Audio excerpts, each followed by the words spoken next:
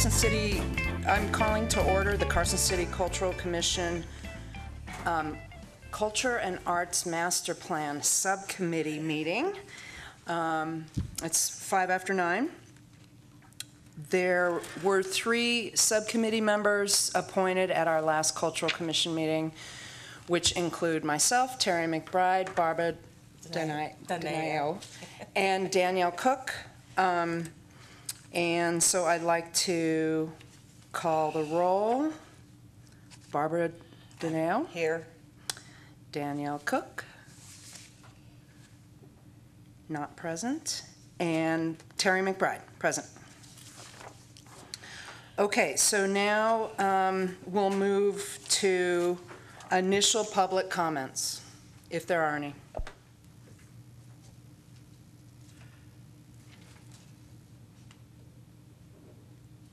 Doesn't appear to be.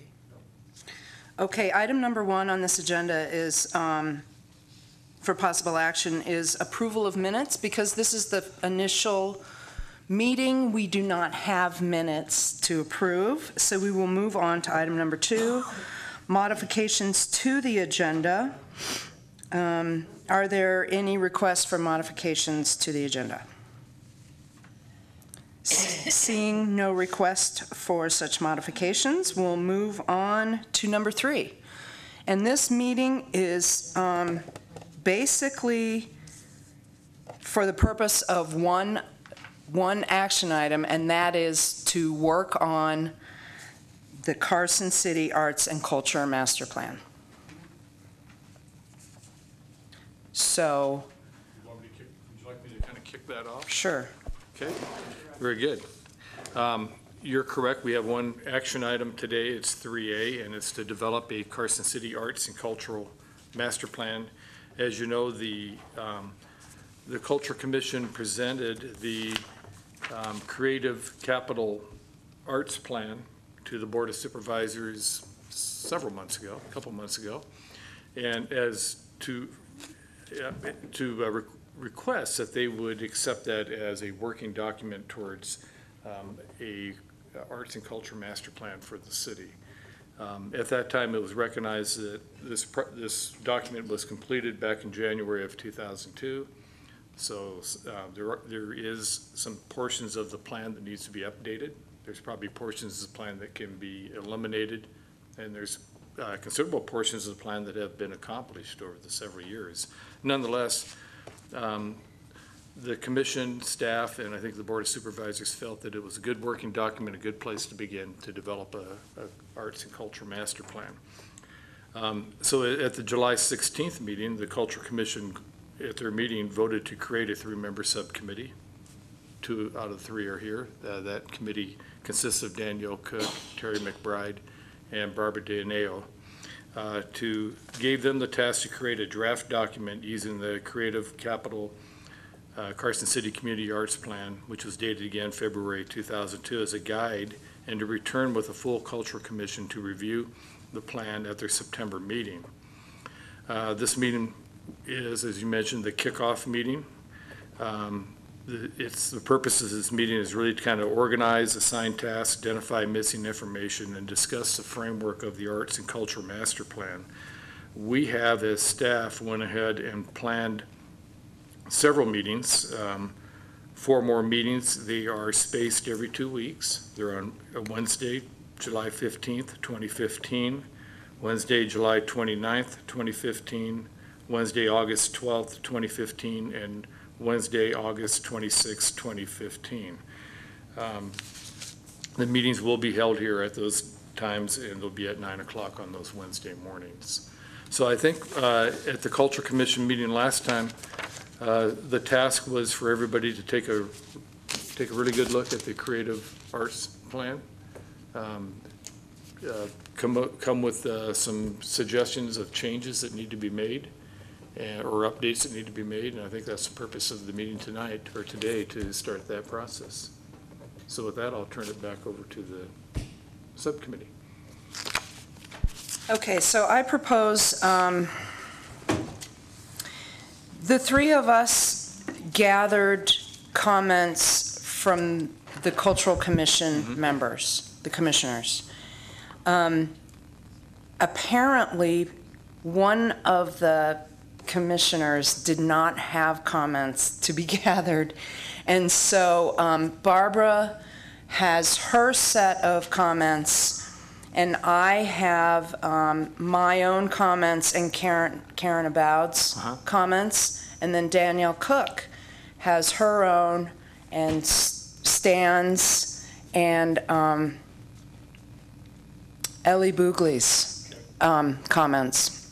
So I suggested that we type up the different comments under the 6 headings that were established in the Creative Capital document. So there's performing arts, there's visual arts, there's development and support, there's leadership and training, there's economic development and urban design, and then the final one was fundraising.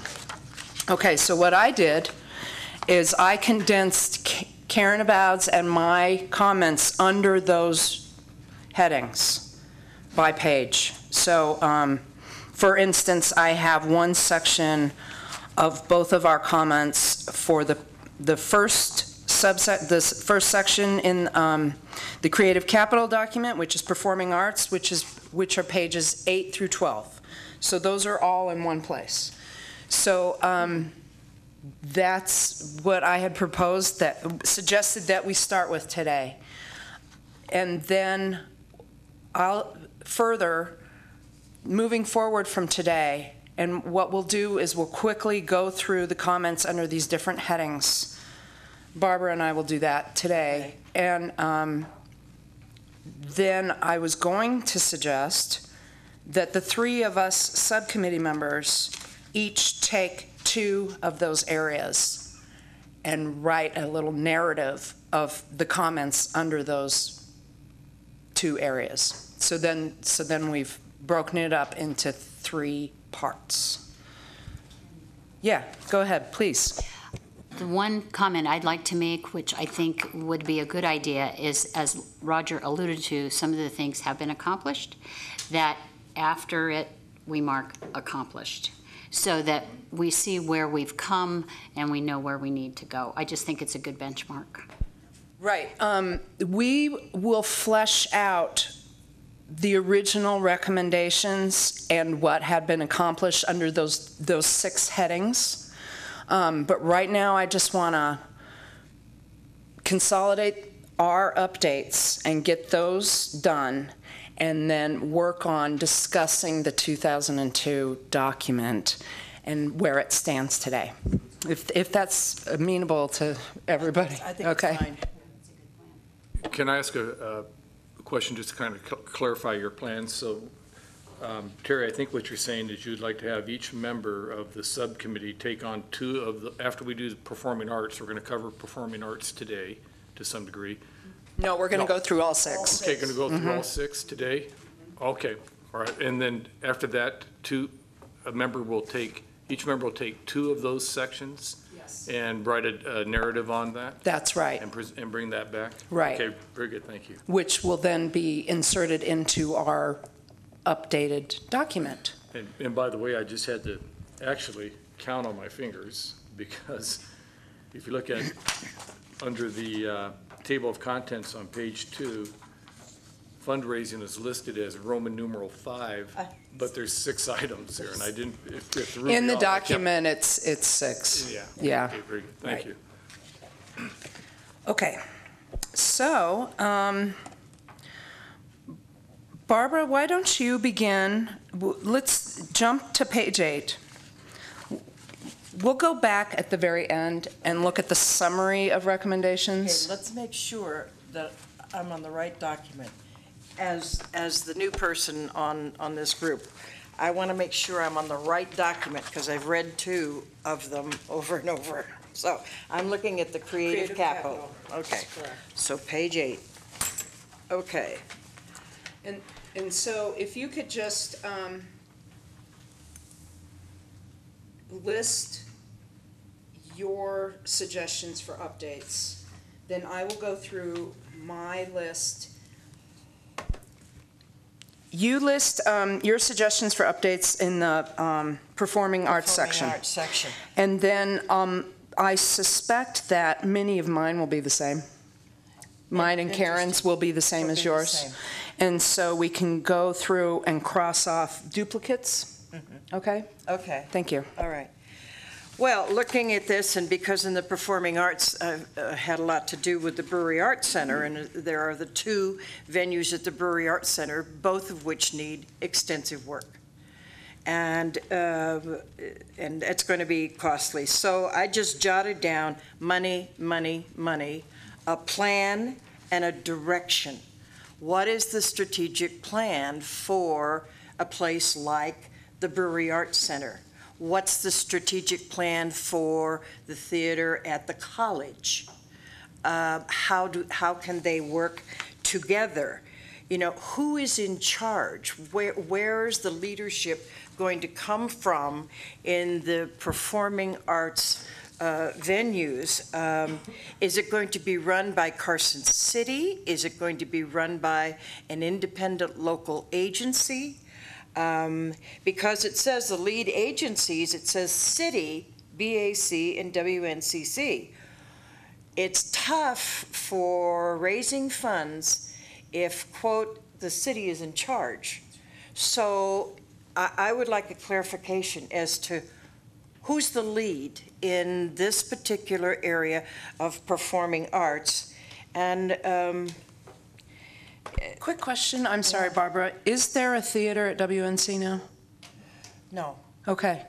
no. That's- But they'd love to have one. Right. But they don't have one. Okay. And so that makes it very difficult. So do we take this document and say there's really only 3 in Carson City? Let me ask this question, because WNC is also funded by the state. And so with that being said, I mean, I think it drops us back to the BAC, which offline conversations with the president of the BAC board that, yes, they do want to be the lead agency. So I think that's the premise we operate under. And then perhaps, Barbara, since you have that connection, you have that conversation. I'll have a conversation with Kyle and with Gina. But there's also the community center. There's right here, and whether or not they put an a balcony on it. Where should the lead be housed? That's a little difficult for me to figure out. And who's funding it? If it's being funded by the city, that makes it a little difficult in terms of getting monies. I look at and Roger, you can correct me, but I see the community center as just another venue to house the arts. Yeah. But I don't see them as having to live here. So I think that since the BAC has its own offices and is set up with regards to that, they become the logical, and way back when John Shelton actually did the review of the facilities here, that was the recommendation then that the BAC be the lead agency. Okay, so looking now at their future strategic plan, the BAC, which I'm understanding is now underway, that they have a strategic plan put together. I am hopeful that there is funding attached to that. There are recommendations in terms of staffing. How many staff persons do they need? They need a marketing person. They need an executive director who runs their foundation. A foundation, when I was on the board, I set up their foundation. So I don't know whether they've kept that up or not. But there already is a foundation at the Brewery Arts Center. And folks should be able now to give money to it. But what is the programming? And we struggled for a lot of years in terms of what are you presenting? What are the people getting for their money? What are the fees and the rates? To charge $20 or $10 to attend a performance is difficult in terms of having enough money to pay for the events you're putting on. So it has to be looked at in terms of where you see it going down the road. But I agree, Brewery Arts Center ought to be the place. But But my thing is, there needs to be a 10-year plan for what to do with the Brewery Arts Center. Should it be one building? I mean, they've got the street closure already approved, and with the street closure approved, now what do we do with it? They also operate St. Teresa's, correct? Well, Yeah, now, so they have kind of a campus? Tell me what you mean by St. Teresa's. It's no longer St. Teresa's. You mean the old church? Correct. That's called the Performance Hall. And the Performance Hall needs a lot of work.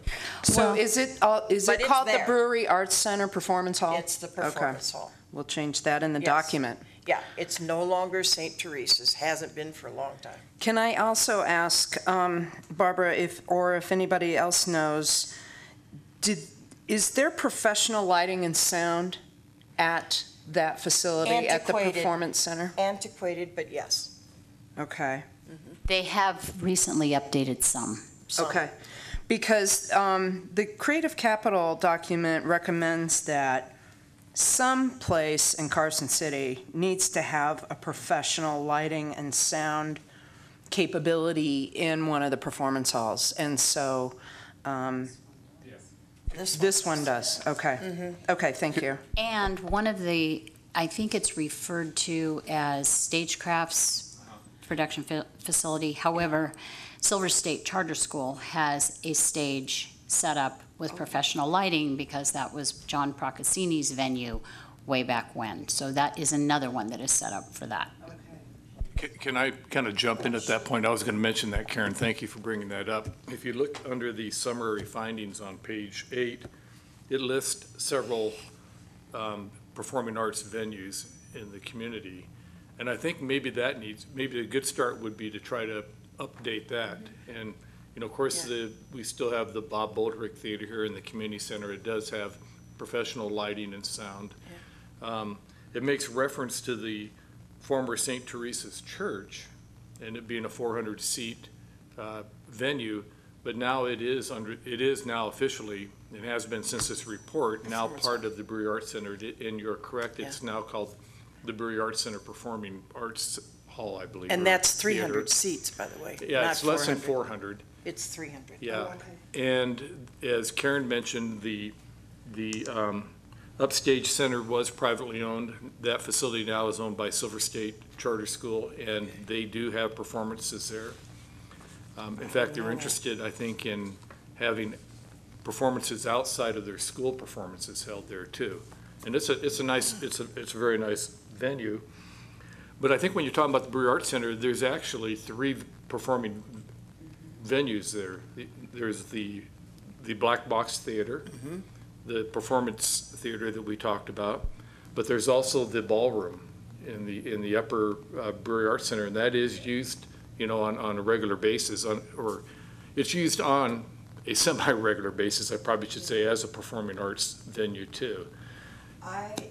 In my time of being connected with them, other than social or event type things, I never saw a performance up there. Oh, I've attended several performances. Really? And one Interesting. just this past early spring. They had, the country guitar player play there.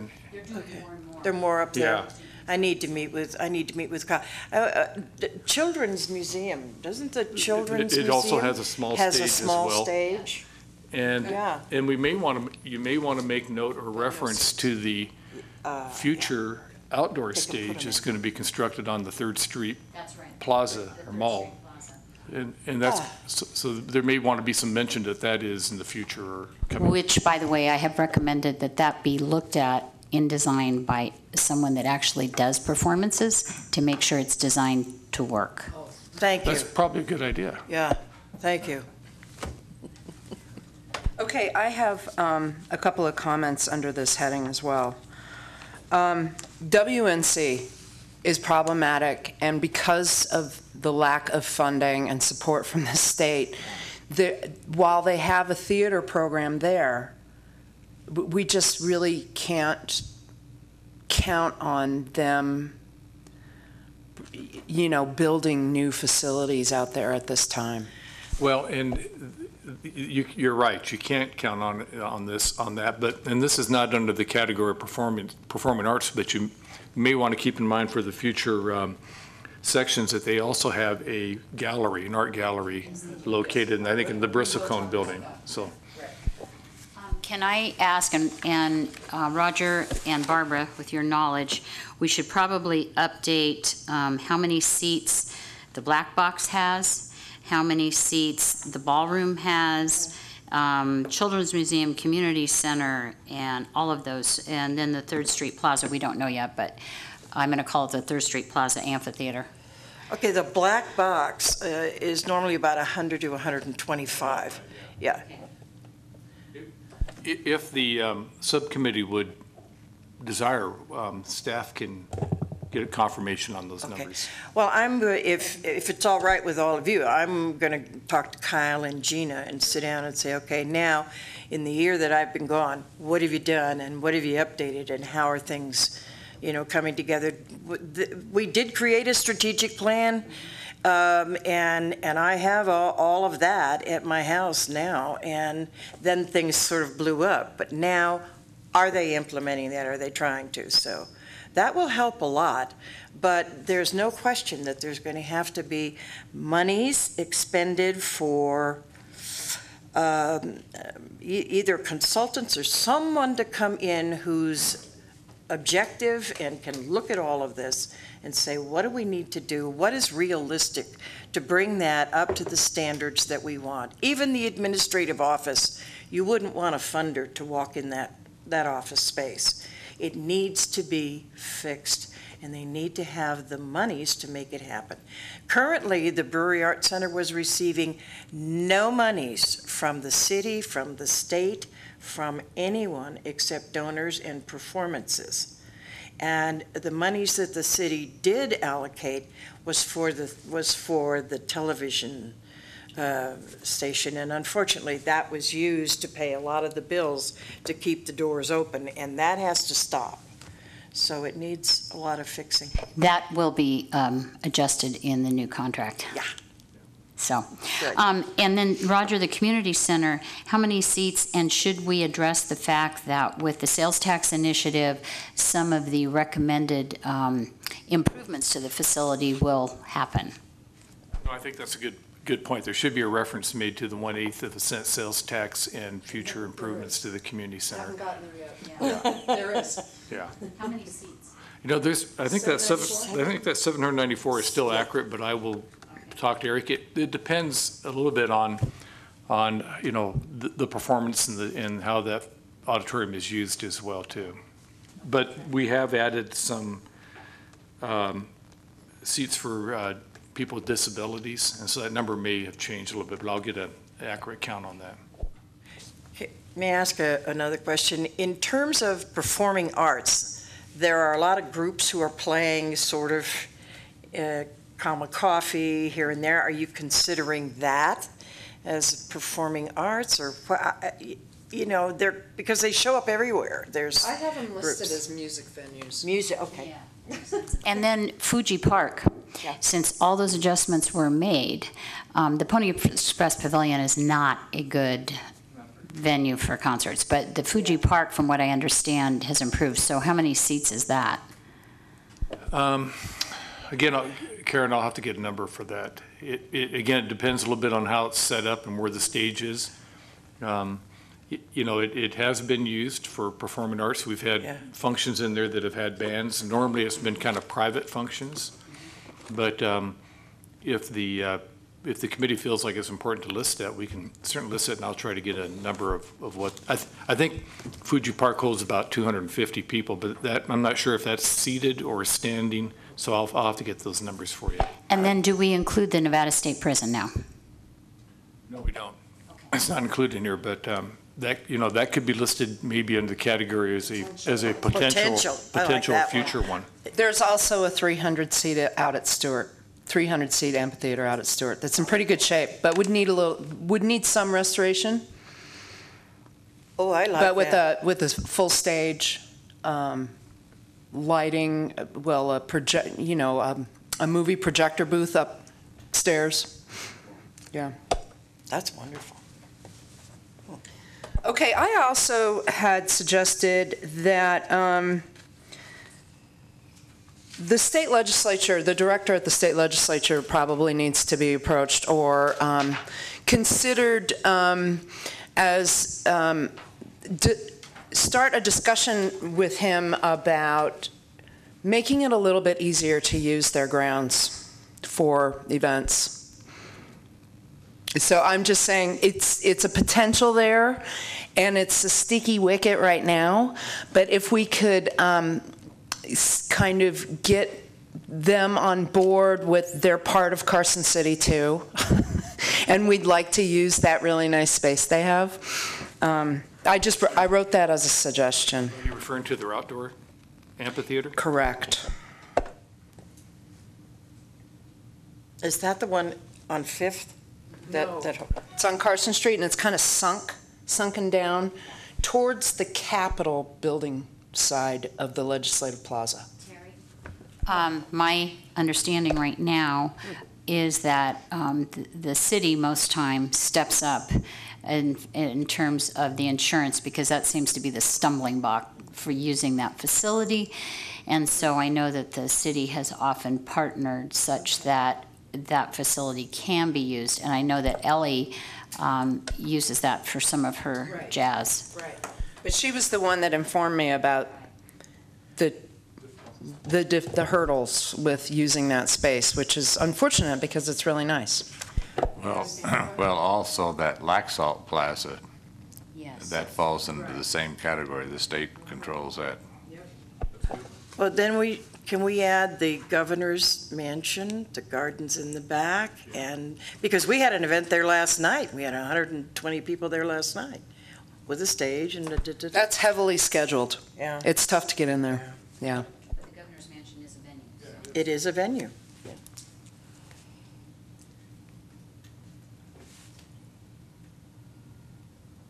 There are quite a few. Wow. You know, and I think we may want to draw the line somewhere, because you mentioned Kama Coffee, for instance, and they have a stage there and they do performances, but probably every bar in town has some kind of, Yeah. ability to have that, so, The music venues, let's just call Yeah, them you- music venues. well, I think that falls under the category of businesses supporting the arts. And so I think it's a different category, and it's dependent on each business to do that from year to year, so. because they also have that little outdoor area right next to their coffee shop.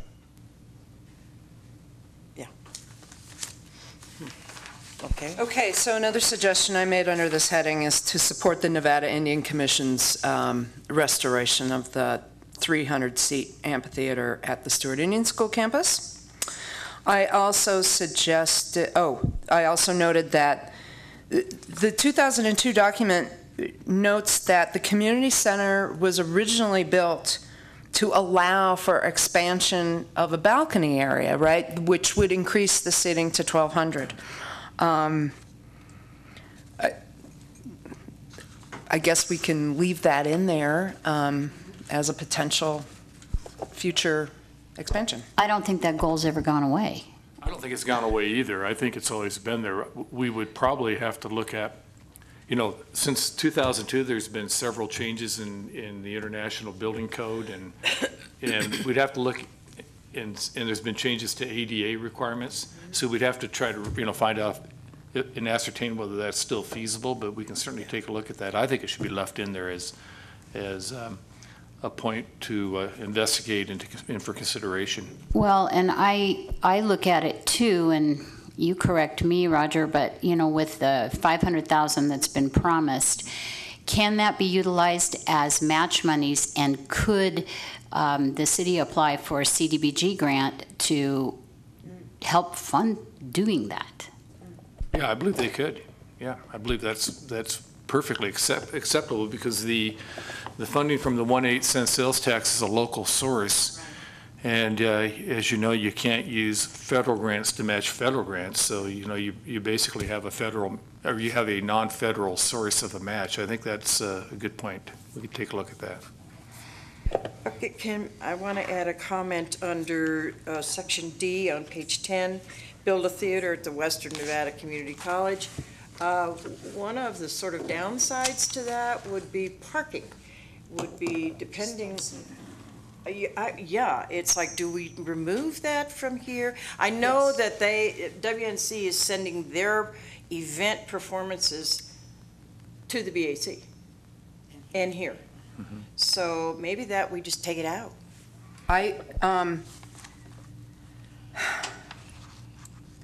We may want to discuss why we're leaving it out of our update. In Yeah. that the funding, the state funding funding. is just unreliable for Yeah. that campus. Yeah. We In terms we of a honestly don't. historical document, I think you're smart. Yeah. Because we do need to do that.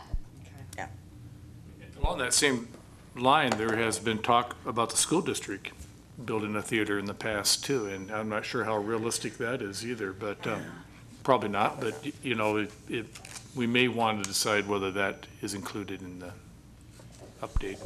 I think, I don't want to speak for the school district, but I think the focus right now is more technology in the classroom and moving forward to educating our kids in terms of the job market coming. So, Thank you, Karen. Thanks for being here and all your help. So on page 12, my last comment under performing arts heading was that the music venues that should be listed should include Comma Coffee, It's a Good Life, Glen Eagles, Cafe at Adele's, and Sassafras. They all have informal performance spaces. And that was Karen's update.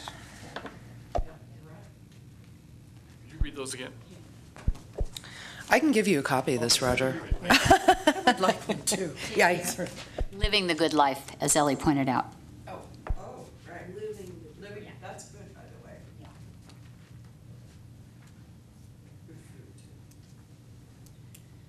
Okay, and Barbara, if you don't have anything else that you'd like to have in our document update, then we can move on to visual arts. It's a comment as opposed to, let's add this. I think the more we pull together performing arts in Carson City and make it so it's understandable for the community and publicize, what's going on in this town, the better it's going to be for audiences and for growth in the community. And I think it's just too scattered in terms of what's going on. I'm going to make this comment. If I think in this document that the Visitors Bureau calendar, every arts agency needs to make an effort to communicate with them. They will put it on the calendar so that there's one central calendar. Yeah. And since we're promoting visitors to the community, and since people are in the habit of checking out that site, I think that would be the central location. The chamber also, posts events as well, but I don't think people are as likely to go to that as they would the Visitors Bureau. So. Somehow we need to convince our own community to go to that calendar, to go to that website. I mean, when you say the Visitors Bureau, people don't think, oh, I'm a visitor, I live here. So there's been a lot of confusion out there as to what is going on, and if it could be simplified, it would be great. Organizations are planning on top of each other, which is putting it all into conflict. And if somehow, whether it's redevelopment or the chamber or whatever we're doing, it needs to be listed and cohesive, and yeah. It's been very frustrating for folks. Yes. Well, and maybe we propose this. Maybe all events are submitted to the Cultural Commission, and then staff sends it into the Visitors Bureau, and we know it's done. And I think that might be a way to avoid duplication of events, as this year. Yeah. There were several. But does that include all the not-for-profit groups? Yeah. Oh, boy, okay. Now, do you want that listed in this document as a suggestion? Well, it can only be as it relates to the arts. Yeah. I mean, nonprofits do have to make the effort to post their event ahead of time. But okay. They do.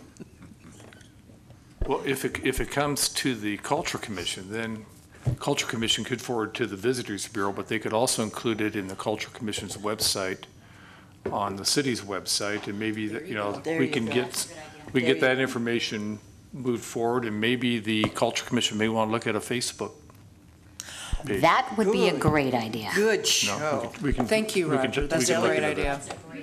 Ellie wants to say something. Yeah, the Interesting. Arts and Culture Coalition also is starting a website and will list events. So I don't know if that throws a monkey wrench in. So that's another, but that's an ad hoc group at this point. A question, is there in Carson City a local arts agency? Not the various groups, but a local arts agency from which all the groups, I thought that was the Brewery Arts Center. well, it isn't. Well, that's, It may become that, but it isn't. please. Yeah. And who are you? Please. Hi, I'm Kelly Dufresne. I'm with the Nevada Arts Council.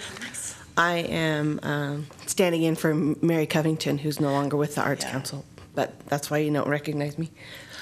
The Brewery Arts Center is designated as the local arts agency for Carson City. So they are under that umbrella. That is how the Arts Council looks at them, and that's how they perceive themselves. We work with Gina and Kyle all the time, so I think they would agree with me. Yeah. Okay, thank you. Sure. Thank you. Okay, so moving on to visual arts, yes? Yes.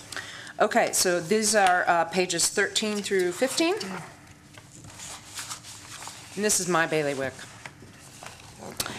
So, and with Karen's help, let's see, on page 13,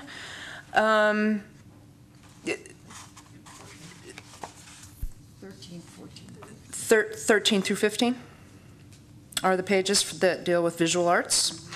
The 2002 document mentions that the city doesn't have an educational, professional exhibit space or nonprofit curated art gallery that provides juried shows of artists recognized beyond the local region. But the courthouse gallery has been used just like that. And so we need to update that to say that we do now have, because of the efforts of Carson City Arts Initiative, they show works by artists that are widely recognized, regional and national, and it is filling the role as a facility that has insurance, security, and good lighting controls.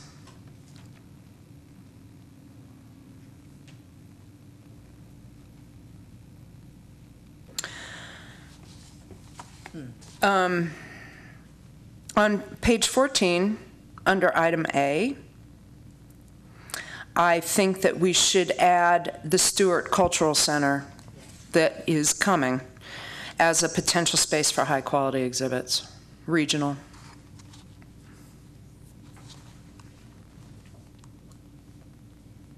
Also, on page 14, the Carson City Chamber building features local artisan crafts. Does the Visitors Bureau also offer Yeah. locally made? So we need to add that.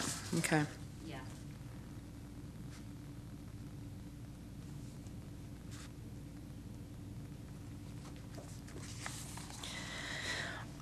Western Nevada College has a gallery that Karen reminded me of, and recently exhibited a nationally renowned traveling exhibit titled Always Lost. That's huge. And I think we should go ahead and mention that, even though this is a planning document. Yeah. We should mention that just for the potential of that gallery space. And I think you should also mention that through the generosity of private donations and the May and Hop Adams Foundation, that's how that was accomplished, so that it could be a traveling exhibit, because I think that's an important resource in the future for folks to tap into. That's a beautiful gallery. Yeah. And they do it very well. Karen had mentioned that some places we can mark as accomplished, and I think the WNC Art Gallery would be one of those accomplished. And if you look at the top of that page on mine, it's page 15. Our pages may be a little bit different, but it mentions the Brewery Arts Center could manage a gallery. Well, they do have a gallery now, you know, and evidently this report is before I came here. I guess back in 2002, that gallery didn't exist. No. Is that correct? Right. So that's another accomplished, you know, item. Yeah. Going back, thinking about this, in the first section, the Black Box Theater is no longer titled the Black Box Theater. It's the Maisie Jesse Theater. Mm-hmm. So that needs to be changed. Yep, good point. And in this document, it's referred to as WNCC. Well, that was when it was a community college. It's no longer so. Good point. We'll do global organizational changes at the beginning of our update. Right, so that as readers refer to the original document, they'll understand that these names have changed in our update. Okay, I also, on page 14, under item B, which was to attract art galleries to downtown Carson City that offer high-quality work produced by nationally and regionally recognized artists, Artsy Fartsy is a relatively new gallery that fills that role. So we need to make mention of their presence. Also, I suggested, because of something Christine Fay told us about last summer when we were touring Reno Public Art Spaces with her, that we might suggest in our update that a pop-up exhibit space would be really neat to have downtown, that a landlord, if we could work with a landlord that would be willing to allow a Friday night only or a weekend only exhibit space in a vacant space. And if I can make a suggestion, I mentioned this to Roger when I was in Arizona. As they are working through their redevelopment of spaces, they have taken containers and created small galleries for local artists, which is kind of cool since we have construction going on, that, you know, it's a lure, it's something different. So I don't know if we want to include that as ideas for additional exhibit space, but it's a thought. They have a park in downtown Las Vegas. It's called Container Park, I think. It's all made, a lot of it's made out of those containers that you're referring to. It's pretty creative. I like that. There is a vacant lot there right across from the Hookah Lounge. You're right. Actually, it'd be a good location. And we should be adding Adele's on there, because you have artwork that rotates and. But it comes through Artsy Fartsy. Okay. Yeah. The Comma Coffee has an art exhibit in the back room, and it's a changing exhibit. Yeah. They have featured different artists every month. So that's another one. And I think if we want a complete list of exhibit space and performance space, we're missing a lot. Yeah. The A to Zen, it's sort of a thrift store gift shop, but it has an actual stage and sound system in it for performance spaces. And there are other places in Carson also. So if we start listing, we maybe should say "and others," because we don't want to leave things out. The Great Basin Gallery you think of as a frame shop. It also has exhibits, but I noticed a for sale sign in front of it, so we're losing one. Well, let's not forget the Sierra Room here. Yes. You know. And the Nevada Arts. Okay, the NAC Gallery also. Don't forget the legislature.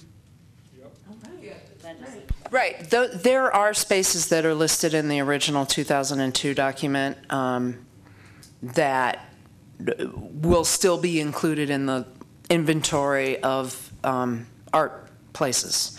I didn't bring it, so Right. No, that's fine. I don't know what you... You're excused. Roger, one yeah. question. Should we talk about the potential for the lobby of the community center to be a location for large art exhibit?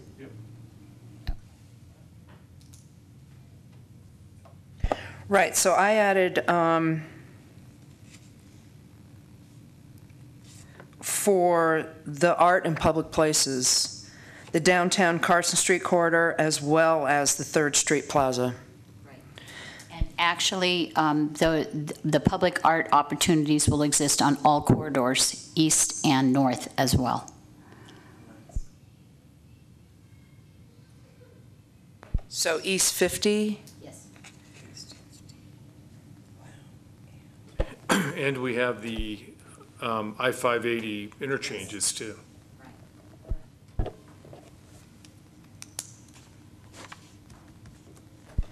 Okay, so public art spaces, we've got the library, the city library, the courthouse gallery, the legislature, legislative building, and the community center, which I just wrote down the Sierra Room as of, this year, but we can also add the lobby area for larger pieces.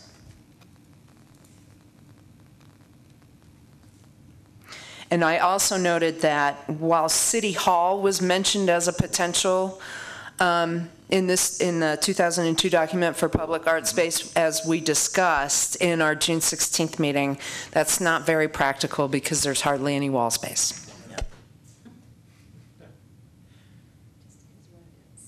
So, Terry, the OXS gallery, that's the one in the Nevada Arts Council office? We'll add that as well. OXS? Just just What's the full title? OXS gallery. Gallery. Okay, thank you. That's what it's called. That's what it's called, the gallery. I'm not sure why. Okay, what about the gallery where you go to pay tickets and the That's the courthouse. the courthouse? Yeah. Yeah. Courthouse. Yes, we have that listed. Okay. That's beautiful.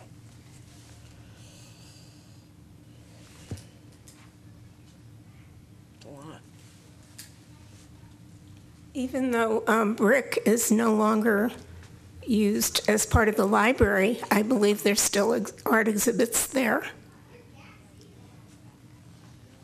Aren't they changing their function? They're changing. Like, They yeah. are, yeah, but they haven't taken down all the art yet. So we don't think from here forward there will be exhibits? Can staff check in on that? I'm not sure as they are transitioning because it is basically planning and they're really ramping up and getting busy. I am not sure that that's going to be an art venue any longer. Okay. There's also the Nevada Artists Association Gallery at the Brewery Arts Center. Right, yeah, right.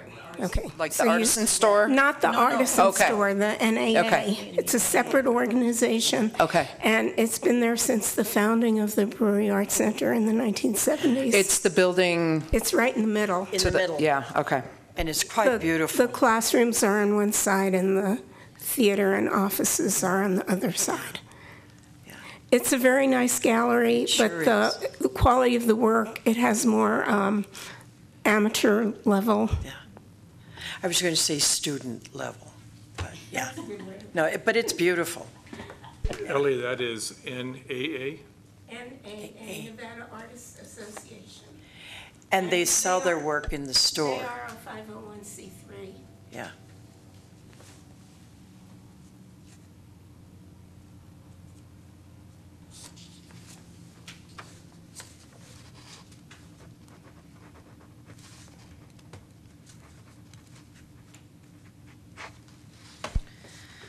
Okay, That's all I had for visual arts. Was there anything else you'd like to?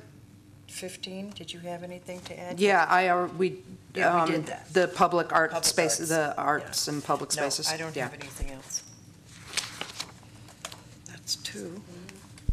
Okay, so let's jump then to subheading number 3, which is development and support. That is found on pages 16 through 19.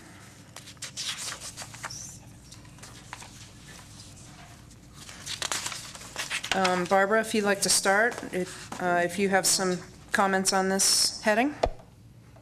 Well, again, it's my questions were, the local arts agency, who is that? And we're saying it's BAC, and that's in its transition planning stages at this point in time. Is the Cultural Commission also a local arts agency? And I was wondering the Yeah. same thing. How do we reference that? Because this didn't exist when this was written. Right. And there is no reference to us. So at this point in time, I think somehow that needs to be introduced. Yeah, I think it does. I think there was a suggestion in the plan that the city create a arts commission, if I remember right. Yeah, it's on And so- 16 at the bottom. Yeah, so Check that. off as accomplished. That's checked up, but I don't think that, and I'm just throwing this out there, I want some of your input on this. I don't see the Culture Commission as an arts agency necessarily. It's more of a advisory commission to the board. An art agency, to me, would be, if, for instance, if the Brewery Arts Center was designated as the art agency, it has staff, it has an executive director,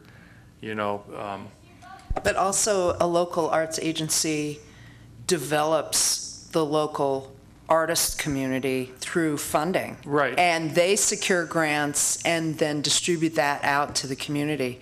Kelly, would you like to, do you have a quick and dirty definition of what a local arts agency is? I don't have one in my back pocket, but I will get you one. Because if we get to the point where we're distributing funds through grants, then that would make us a local arts agency, I believe. Yeah, and I think Terry's absolutely right. And in our conversation with Christina Fay, I think maybe that's what we have staff look at, see how Reno has structured that, because their arts plan is like a model for the country. Right. So how they define that, but I mean, that's where I see us headed. Well, you brought up a very good point. The fact that you are now distributing funds to art and cultural activities and efforts, I mean, you really, if you look at an art agency as something, as a organization or a body that, fosters, cares, and provides nurture to, the arts community, I think maybe the cultural arts, or the Cultural Commission may fall under that purview. I will check with Christina Fay and see how they handle that in Reno, and we'll report back then.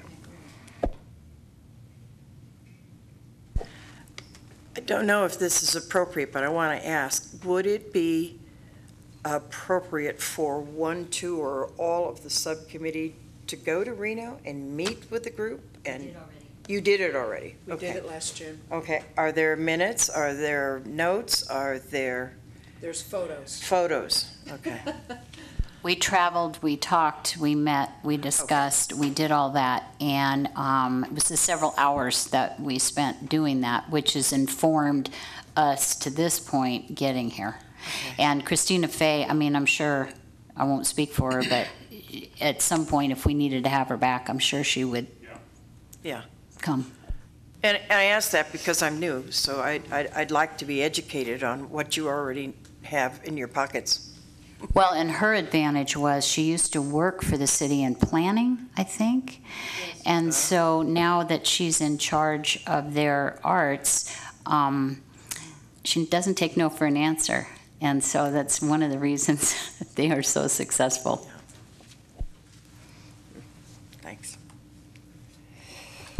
Okay, on page 16, item A, I noted that the commission has been formed, a cultural commission has been formed for Carson City, but funding to support arts is still lacking. And we need to update this item to address funding as our new mission.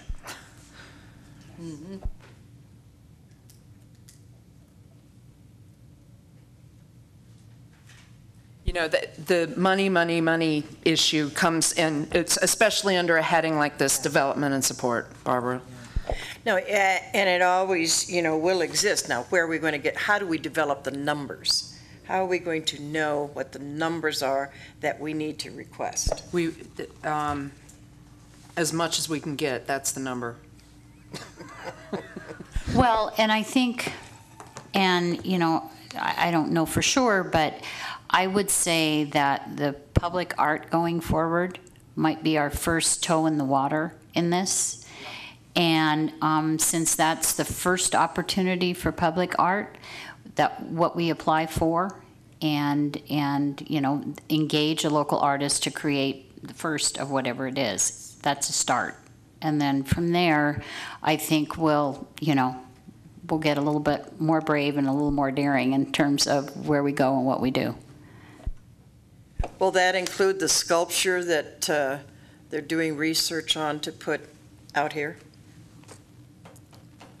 Are you talking about the sculpture as part of the freeway project, or which? No. One by the pool. The tree. Oh, over here by the pool. Yeah, well, right now, that is kind of,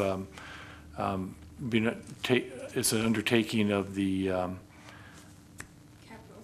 Capital City. Capital City Arts Initiative, but, yeah, I mean, possibly. Because that's going to cost, a bit of money, but it's wonderful because you sure get the public there and the community there. And I think that'd be a wonderful opportunity to seek funding for that. Okay. No, yes, Kelly? Hi, me again. One of the things, if you're going to look at having the Cultural Commission become that arts agency or whatever, and you want to look for like continued funding so that you can have a staff person that's there full-time or at least half-time to pull everything together and then be able to spread it back out. Right. So when you're talking about funding and support for the arts, you want to look beyond the piece and to build a structure of an organization that becomes the foundation. So it's a huge hot button with the city. And I'm there. It was going to be an agenda item soon. It may be the next agenda. We're looking at a grants person at the potential for funding that position in the city so that there is someone there because we know we're missing opportunities. And so that's the idea. And it wouldn't be just the arts. I mean, it's all departments, not the staff is busy and don't have time to pursue, any opportunity there might be. So that connect will be there, I believe, if it's approved by the board. So it's been needed for a while. It was in our in the assessment that was done on city and what it needed, and so Moss Adams defined that as a lack, and so we're looking at it.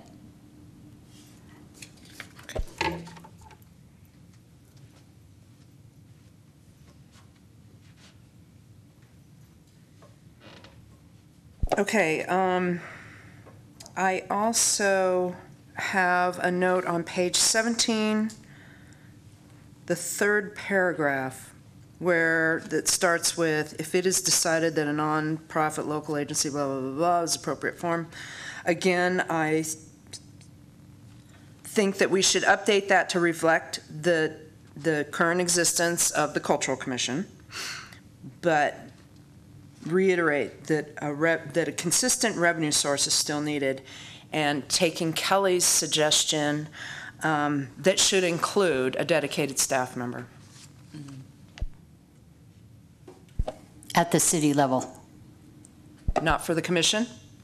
Well, this would be someone that, this is a position that would be paid, and if staff says, we're really looking for a grant for, they would be doing the research. That would be the paid person that would deal with that. That's the thought, that's the thinking.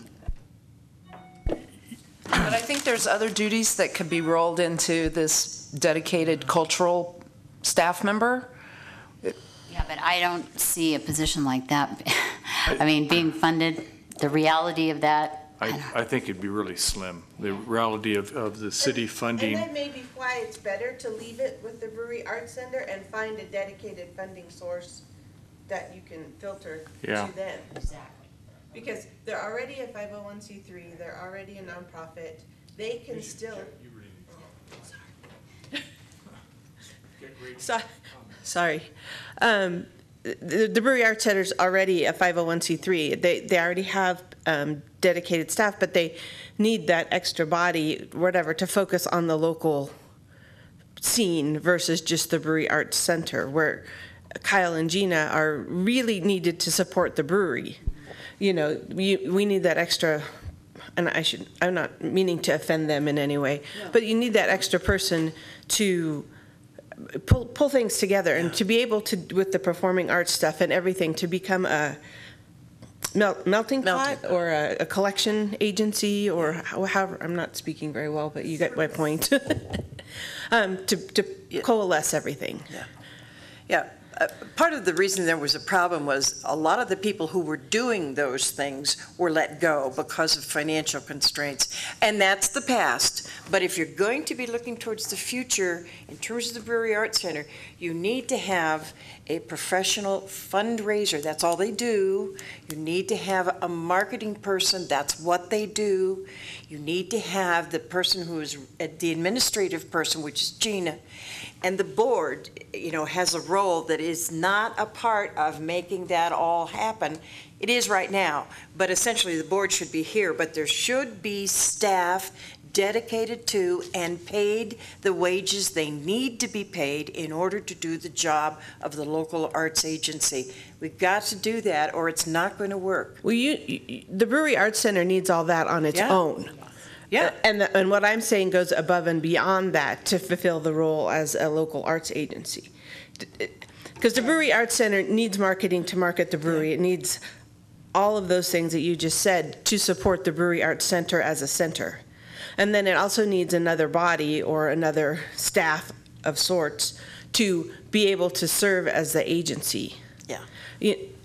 Because it's just not enough human power coordinator. otherwise. Yeah. It is the, and we all got that before. They had 16 people and went down to 5. And you can't have 1 or 2 people doing the jobs of 6 or 7. So that needs to be figured out because I keep hearing consistently, that's the agency. So it has to be funded and funded well in order to be able to really make it work. And I agree with you, does. and whether the city can find some sort of grant-funded source or, you know, part of its, you know, they used to call it Wheel of Fortune night or. Good idea. Getting support for that from that end is another battle, but yeah, it needs to happen in order for everything to be successful and to work. And I guess that's the task of sort of this group is to figure out how to make it happen. Let me ask one question. Barbara actually brought this to my attention. I mean, is there a way, or how could we accomplish perhaps, and I know utility bills are a sore subject, but if you wanted to donate $1, it could go to the arts, that sort of a thing within our community. Is there, I mean, Roger, is there a way to make that? There might be, you know, we have not looked into that, but there may be a possibility that we could put some kind of a supplement in utility billings and say, if you would like to donate X amount towards the arts, check here or whatever, you know, there's a possibility. I'd have to check with the treasurer's office and find out if that's actually feasible to do something of that I know nature. we've already generated a kind of a cart before the horse, but a funding plan. That's why we're doing this now. But I'm thinking that in terms of our funding thought process, that may be something that we consider as well. I mean, those kind of dollars add up.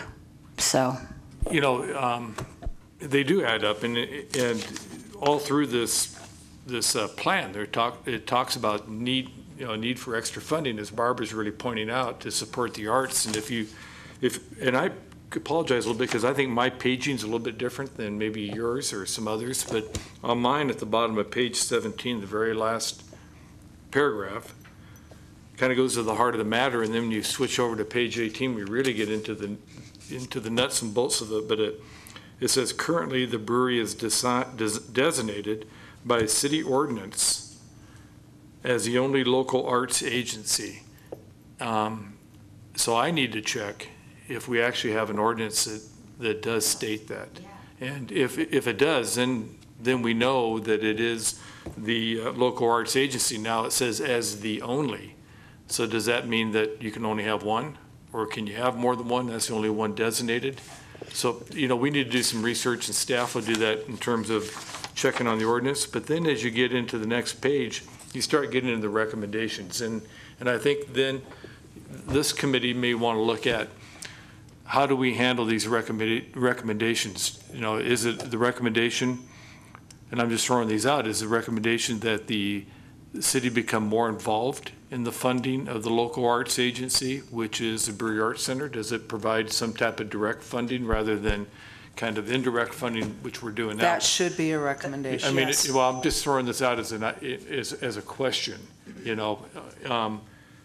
and should there be staff dedicated to that, or do we rely on the Brewery Arts Center staff to fulfill that function? Well, as outlined right now, and the contract, like I say, will come back, was supposed to already be decided, but will come back next month, or this month now. The city is, pays the $140,000 a year to the BAC. The designation for that funding is, for equipment and what's part of the TV portion of things, which that particular agency within the BAC is a large part of support for them right now. And then the city is responsible for the major problems to the buildings. Yeah. Well, and I think that's only to the original building, right? The Brewery Arts Center, not necessarily the old St. Not the Teresa church, but to the original brewery building, yes. But how do we make it very clear that those monies, the $140,000, is not for the Brewery Arts Center? That's a function for the contract. And that is Okay. being looked at Yeah. right now and modified accordingly. Yeah, because they were stopped dead in the water saying you cannot use the money for the television station to pay the bills for the Brewery Arts Center. They're separate groups, and that needs to be very clear. And in my conversations with Gina and Kyle, that has been accomplished now, but nonetheless, going forward in renewing a contract, that's the thought process. The last part of that sentence, actually, or that paragraph, says that art support is needed beyond which a Brewery Arts Center can provide. So even at that time, it recognized that the Brewery Arts Center was unable to support adequately the arts in this community. I really think that is probably front and center, the major function of this commission. I think you're right. And I think that's where it's coming to, and hence the plan. So we can go ahead and apply for funding. That's what I see our function as being. I see the BAC as maybe the organizational arm of that, but as far as actually going after funds, that's who we should be.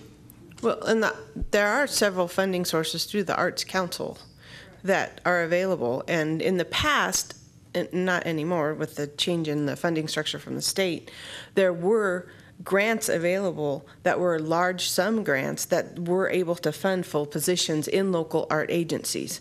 So as things change and as the legislature changes the funding of the Arts Council back to its more normal function, I would continue to look for that. But there are partnerships and excellence grants now, jackpot grants, all kinds of things that are out there, but you have to come ask for them.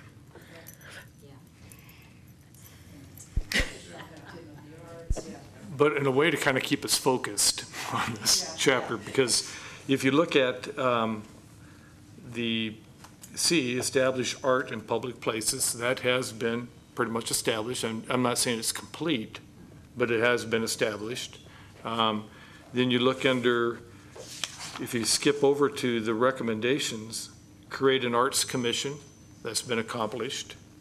And then you look under B, dedicate staff to the development of arts and culture in Carson City, including staff in the Arts Commission, management of cultural events, festivals, and public art programs in the coordination of the Capital Arts Coalition.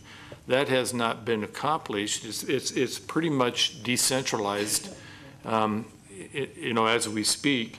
I think the committee needs to decide, is that still a worthwhile goal? Is that still a goal you want to leave in this plan, or do you want to come up with another recommendation of how those functions are accomplished? It may be shooting for the moon, but I think we should leave it in. Okay. But I'm just one person. Given what was just said and being able to, potentially fund a staff position, yeah, we can leave it in. There's no reason not to. We have to have something that Not will in the never recent- obtain. It's not gonna happen in a hurry. Right. Well, maybe it's listed as a long-range goal. Long range.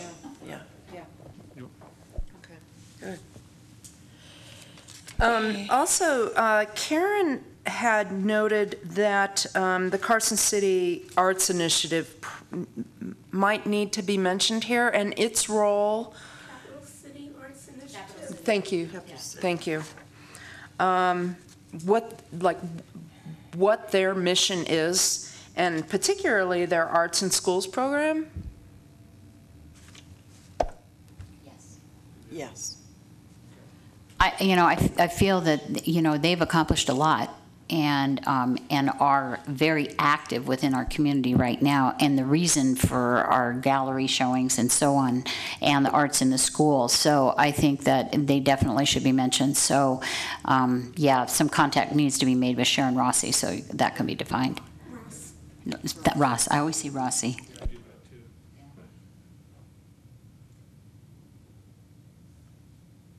So they do have an arts in school program, the capital, okay, we'll get some clarification on that.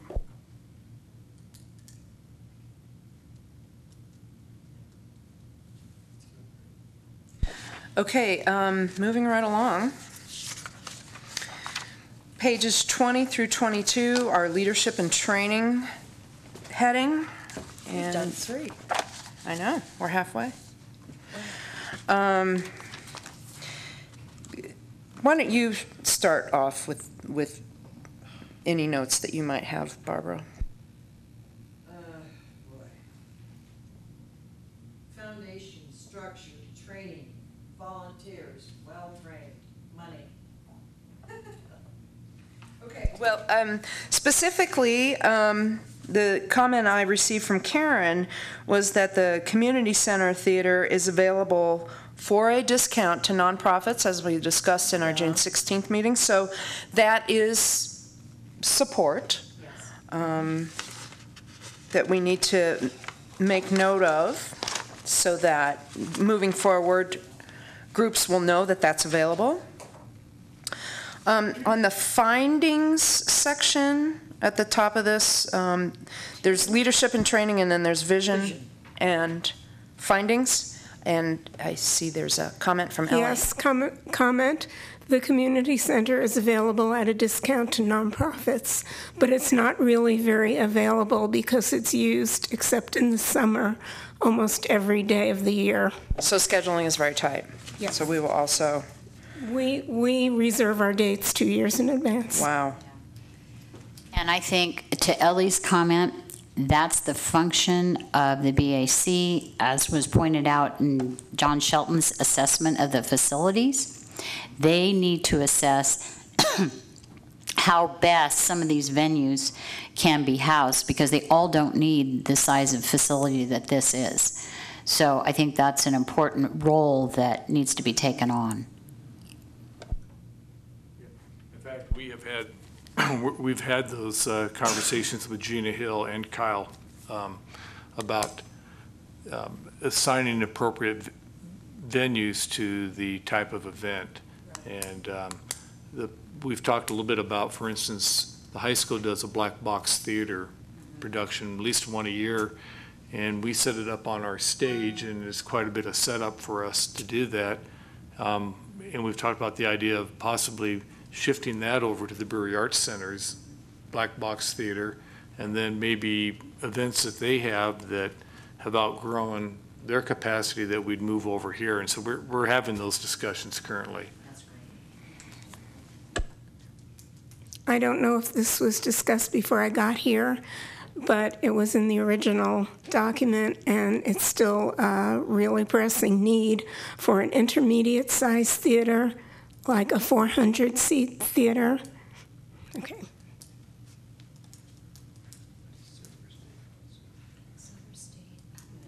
Silver State would be considerably smaller than that, but possibly, possibly that theater at Stewart.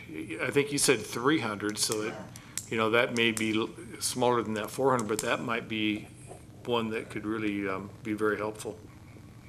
Because, tell you the truth, most of our performances, even at the Bob Boldrick Theater in the community center, don't hit our seating capacity. It's very, very few do. We have the Travis Air Force Band that comes every year. It's a sellout, and some of the larger productions of WNC's theater come close, but we have very few 100% sellouts in our theater. What theater?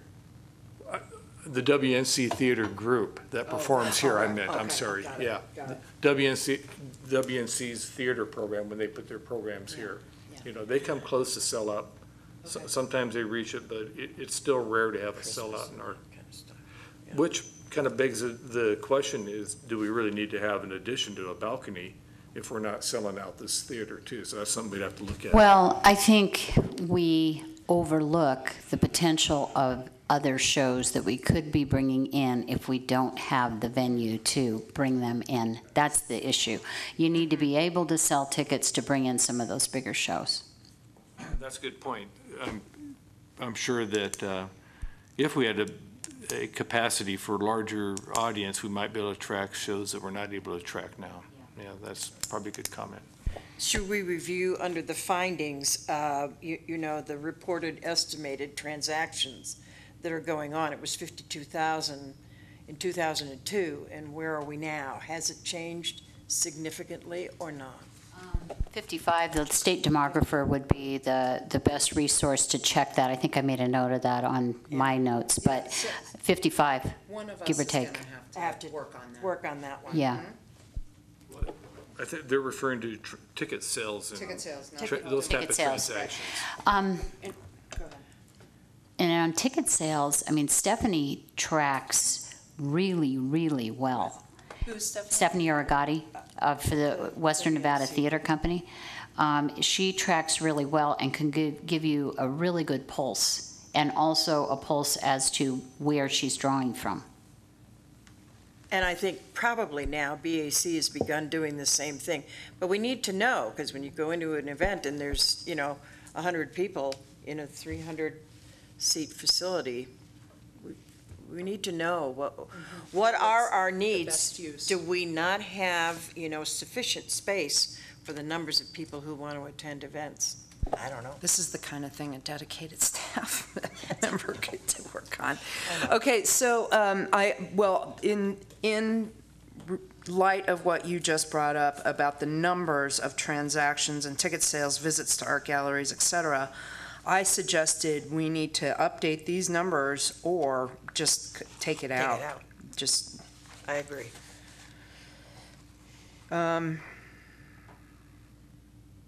On page 21, item B, which is train volunteers and paid staff in nonprofit management with a focus on fundraising, board development, volunteer management, and marketing.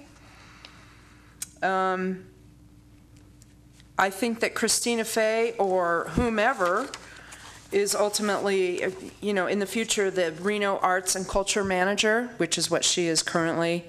We met with her last June to tour and discuss ideas for public art and art funding, and I believe that a relationship could be further developed with that office. I think a key word that needs to be included in here is partnering. Partnering with, all of our agencies, our coalition, the commission, the BAC, all those agencies. Parks and Rec partners in a lot of this. So I think that's a key word. Since we turned the page, would you mind backing up to item A at the end, the lead agencies? But the resources, staff, city, blah, blah, blah. Again,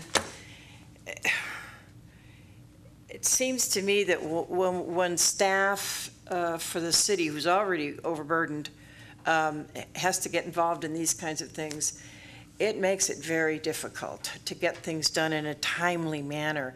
And I'd like to see words like timely, like within a time frame, like 6 months or whatever. There's a beginning and an ending to things so that we can get this plan accomplished.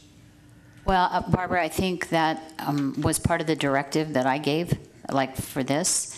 I gave it at a board level, which staff heard, and so it'll be done. And then they'll come back before, and that's the whole point. Because I see the same need. The longer we wait, the longer it is before we can get the funding we need to get going. Is the Arts Coalition, is that the formal name, Capital Arts Coalition? The artist group, Sharon Ross's. No, I'm talking about, Coalition. the coalition group. It's Carson City Arts and Culture Coalition. And so- That's the former Capital Arts Coalition? Yes. Okay, thank you.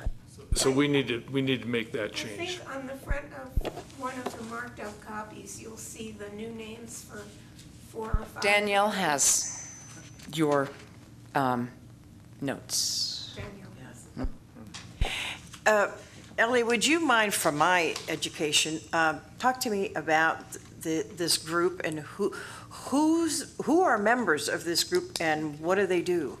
I'll give you a quick history. Okay. It started before the year 2000. I don't remember exactly when Joe McCarthy was executive director of the Brewery Arts Center.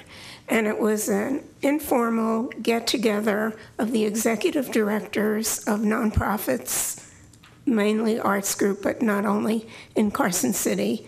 They got together monthly. And after a while, Pete Livermore suggested that the arts groups come together the way the youth sports groups did, to speak with one voice and to have more clout in the community. And so that group is the group that Pete spearheaded, whose main goal was to get an arts commission, a cultural commission. And when that occurred, when that was realized, the group said, the coalition said, do we still have a function? Should we disband? And they felt that the networking and the advisory role they could supply to the commission was still a valid reason to continue. So it continues to this day, meets monthly, has speakers, networks, is actually expanding some of the things they do. The website they had was abandoned, but now they're going to start a new one. And just keeping track of the arts and culture happenings in Carson City. What types of speakers are featured at those meetings? It could be speakers from the organizations, from the city.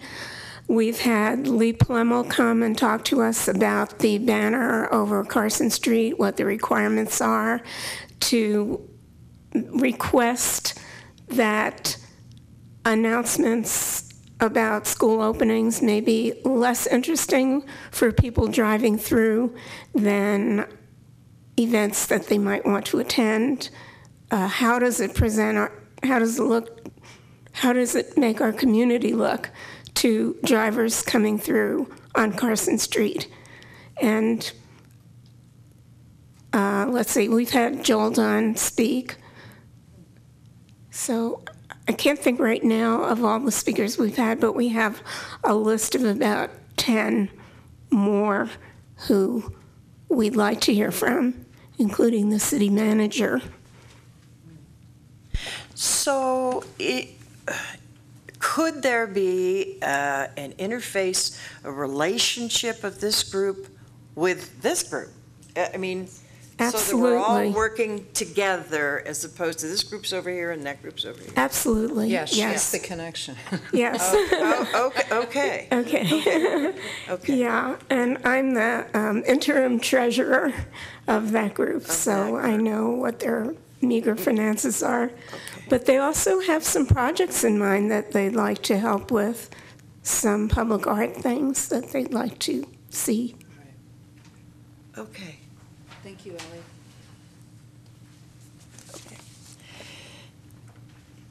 So that recommendation A is still relevant then? We just need to change the name of the organization? Is it- Correct. Okay.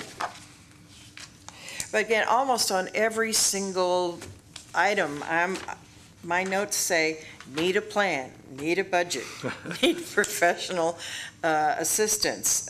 We need an independent staff as opposed to city staff.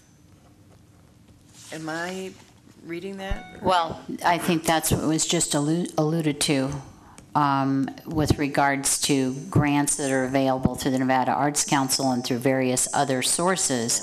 That paid staff person is going to have to come through that Okay. because the city doesn't have the budget. Right.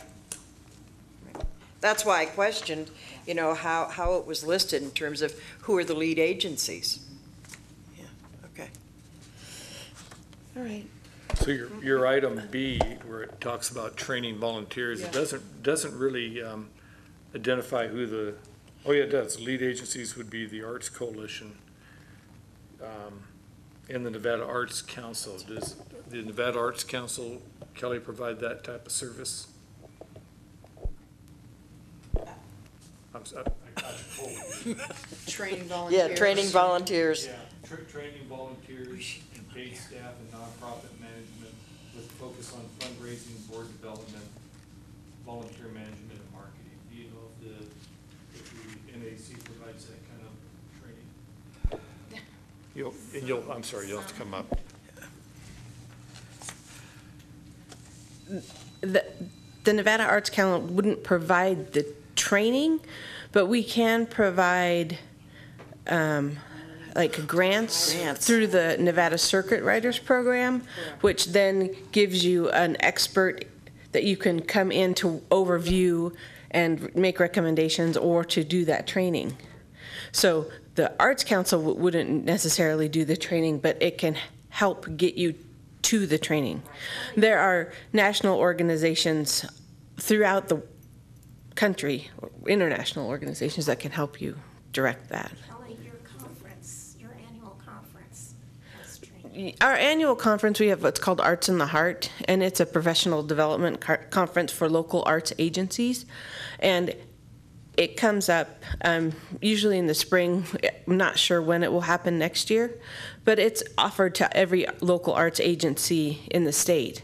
And it's all on topics based on things that they've told us that they need to know. So it's not necessarily a training, but it's definitely a gathering and a convening, and it's definitely professional development. But it's not necessarily like a classroom or a webinar. Yeah. But there's so many avenues. The Brewery Arts Center is a member of what's called the Americans for the Arts, and they offer free webinars through that membership or whatever on all kinds of different trainings, marketings, and audience development and fundraising development, board development. So there are ways that we can direct you or the group or the culture, but we wouldn't sit down and train you. Do you know about the Ann Alliance, ANN? Okay, because that's another one, and went to that two-day conference. And again, it's training, board development, it's grant writing, it's all of the things that we need, and the separation of the responsibilities of what boards do and what volunteers do, what staff does. So it's clear who's doing what at what time with goals, objectives, and an end date, which is really kind of cool. The Parasol Foundation, which is Yeah. a nonprofit They're good. foundation for nonprofits up at Incline, is also a very good source, especially for the board development. Yeah. I know them very well through other organizations. But They're again, really good. that's got to be sort of generated or initiated by you, and brought. You can bring it to us. Can you help us with this? Or you can, sign up for the Parasol Foundation's newsletters and emails, and Yeah. it's all We should- unfortunately on you. So can we add that to this particular section that truly we are going to be looking at the organizations who can be of assistance in training us, because we don't have the trainers right now. No, and I think we should list it the way Kelly outlined it. Yeah, I do Were you too. taking notes on it? Okay. Because I think that's important. It's important information, and, so that we know, and those beyond us know where to go. And the Culture Commission's not necessarily going to have volunteers. The Brewery Arts Center will have volunteers for doing its events. The museum will have volunteers. Each entity has volunteers. The Cultural Commission isn't really going to have volunteers to go out and do anything. Yeah, no, this is just, okay, providing the information to how do you train the volunteers? When you get a group of people in, what are you going to tell them to do? And, what are the rules? What are the regs? What do they have to be careful about? And you can definitely list the Nevada Arts Council as a source Okay. for information for that. Great. And the next part of that, it gets really specific with when this will be accomplished, the calendar year, the resources, and it says staff time, $1,500 for workshop leaders. I'm not sure what staff we're referring to and where the $1,500 is going to come from. So I would suggest that part just is, be scratched, deleted from. But I would suggest in terms of monies needed to bring in workshop leaders who would train us should be here. And maybe you take staff out, but you're not going to get workshop leaders at $1,500. No, they're expensive, Right, but they're and- worth it. So Right, so What do we what we do recommend? is we list NAC as a potential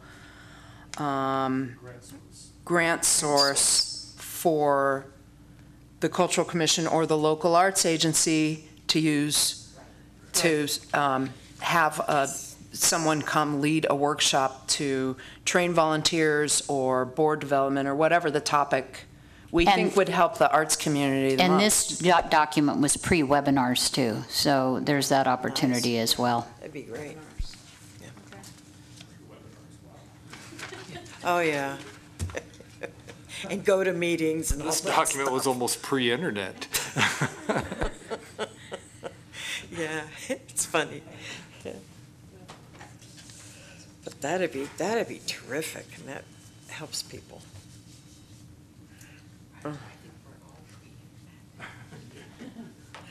Are we on item C? So we're on item C? Wow. Yes, go ahead. I just have one note on page 22, which is item C. Oh, boy, this is I want to say the bugaboo in the closet. It's like, how do we do this? Community interest, public meetings, constraints, timeframes.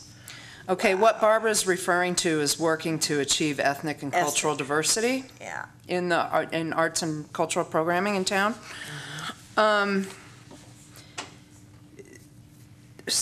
Parks and Rec staff gave me the name of somebody in a leader in the Hispanic community in Carson City that we can reach out to, and maybe she can direct us to some people that are involved in cultural events or cultural things, including arts, maybe music, maybe visual arts within the Latino community in Carson City.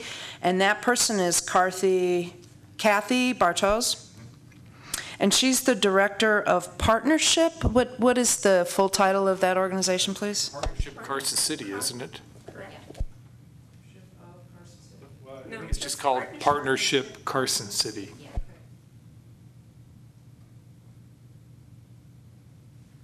I suspect there's some local musical groups.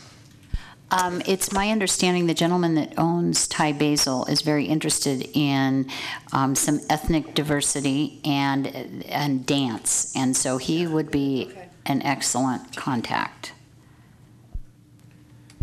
Okay, and so I have already left messages for the two chairmen of the two Indian colonies within city limits. That's the Stewart Colony and the Carson Colony.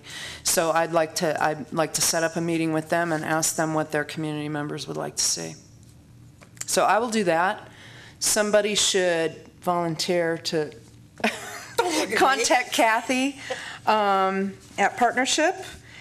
And I would do that. and then we would also need some assistance on demographics, on our ethnic and cultural makeup of Carson City. We had that big multiple-page list that that got handed out to us that said, age groups and dividing up the ethnicities and so on and so on. I have it somewhere. So that is available. Is that 2015? Yeah, Okay, or 2014? 2014. 2014. Yeah. The state demographer's office has all of that I know. online. Yeah. Somebody just needs to add that in. Okay, so we have Thai Basil, so Asian community members.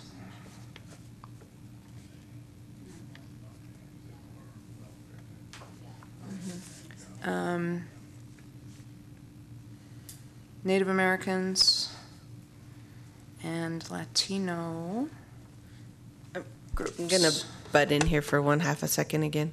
You might check with Pat Atkinson at the Arts Council. She's the folk life coordinator, and so she's very tied into all of those communities and the traditions and everything. So I would get with her to get a complete list. Is probably better than trying to guess who we're missing. That's through your office. Sure, just well, I guess you're the chair, acting chair today. A thought just came to my mind, several of these recommendations keep listing the Arts Coalition as the lead agency or the lead person. I wonder if we need to actually have them come at the meeting and find out if they really do want to be the lead agency. We do need to get them involved. Because otherwise we're just sort of making assumptions. Right. I guess mostly today I was focused on getting everybody's comments and going through the list and checking off duplicates so that we can move to the next step, which is typing it into a text/narrative that can be used in our update document. But we need to get the Brewery Arts Center here. We can't sign them up for everything. And we need to get the Capital City Arts Initiative folks here too. Hopefully, in the near future, the commission as a whole can meet on a Saturday morning, is what was mentioned as a good possibility for most commissioners. And so maybe at that point is when we bring in one of the other arts organizations. Right now, this is so nuts and bolts. Yeah. It's going to be, several meetings, and so there's going to be a lot of opportunities to get their feedback. And in fact, I would like to have something typed up to show them so that they can comment on it. Yeah. And also, I just think listing all these organizations and bringing it together so that we're working together is really ideal way to do this, because it's very confusing right now as to who's doing what. And I'm learning that, so it's really a good exercise. But should it be listed in the document? Since this was created in 2002, today we have this cultural commission, and we have the coalition, and we have the CCA, all of that stuff, so we know who are the players, Brewery Arts Center, et cetera, et cetera. Who are the players today? Is that, shouldn't it be in this section? What do you think? I think it should be listed. Yeah, Under leadership, I think it should be. okay, Correct, yeah. cool. And finally, Karen noted in her comments that the Nevada Day Committee is considering adding more cultural activities as part of that whole celebration. Yes. So that is a potential to diversify our cultural events. And maybe at that Saturday meeting, Dana Friend is invited because she can talk to us about the Nevada Day Committee and all of that and what's involved.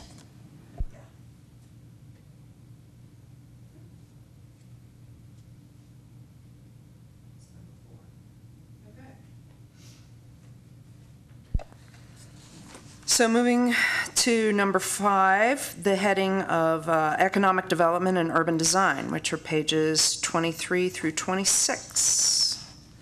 Barbara, go ahead and start. Well, again, the brain, I think so much has happened since this was written. I mean, take what we're doing just in Main Street, downtown. The changes that are Right. coming. It's wonderful to put this down. Do we put monies on this? Is this connected with the arts, other than our section in Main Street where we have art? So this was a little bit out there for me in terms of what are we doing? Well, I think the connection is, and besides allowing for a venue for public art, downtown, of course, 3rd Street is a venue now for performing art once that's completed. So I think mention needs to be made of that. Yeah. And then, perhaps, and then, we've the various little pocket parks that we have going that are venues for performers and things of that nature. So, and again, exploring the opportunity for, as you mentioned earlier, Terry, about visual arts and additional opportunities for that, vacant buildings, whatever it is. So that might be a good place for this to be brought in. All of that is about, urban design, economic development moving forward, and that it's not just confined to the downtown, it will be all corridors. Right. Yeah. I think a good example of that is what they're going to do in front of the hotel, with the wood, so that it looks more historic in that. I don't know if you were at that meeting or not, when they were showing all the various things that materials we would be using, and so on and so on. So is this where we talk really about the historic aspect of culture and arts, and how do we really, really bring that up so that people recognize that it's a historic city. This is the capital city. This is, very historic. And how do we really get that out there in the public so people want to come here? Well, it's noted in this document, and again, the historic district designation that Carson City obtained helps with planning and overall design and urban streetscape. There's certain rules or conventions that should be followed to maintain your historic character. A skywalk over Carson Street would not do that. No. So yes, the historic district is really important to attracting visitors, and our local our local residents enjoy the historic character of the downtown area. Also, we need to talk about the 2014 infrastructure tax that was implemented, that's going to eventually help assist in improving all the corridors as far as visuals, and the installation of public art. So that's something that we didn't have in 2000, we didn't have until last year. So, so we definitely need to include that as a potential funding source for urban design, streetscape. And I'll bring it up again, in the marketing A, coordinating with the CVB. That's really important, the Visitors Bureau, because they are marketing this town. It benefits everyone. It's a heads and beds opportunity. Everything that we're doing, everything that we're bringing in is really important. And so that coordination effort, since we don't have someone to actually market, take advantage of what we do have. It comes to my mind that as I travel down mountain, that periodically I see a group of nicely dressed in the historic costumes leading tours. That's kind of a performance. That's kind of an artistic thing that we have in this town. How do we include them? Dana, friend. Is that her responsibility? That's the naughty tea mistresses. That's part of that. And that's a group that has generated that is they're cool. That does that. And then of course you can't overlook Mary Bennett and the Ghost Walk and all of that. That's all part of that ambiance down there. What about having, I think at the BAC's Winter Wine, they had a carriage that was pulled by a horse. You know, at Tahoe, you can have a tour running around with those in a carriage. And I just think the more we can sort of bring up that historic aspect of the town, because we keep saying that, but how are we visually showing it? I think that'd be cool. The DBA does that the first Saturday of each month during their wine walk. They have that horseless, the horse and carriage going up and down Curry Street. Yeah, nice. It's a big attraction. So again, partnering with all of these is the important thing. Partnering and consistent message and communication. I think those are important aspects to this, and the chamber is also partnering in consistent messaging too. So all of that is important to include. Well, and although it's not exactly our purview, Karen did note that we should add, you know, as part of the Carson City marketing exercise, we should outdoor recreational opportunities. Now, of course, alongside the cultural and historic attractions. So while that's maybe more of Roger's job to market the recreational opportunities, we should probably make mention of that in our update.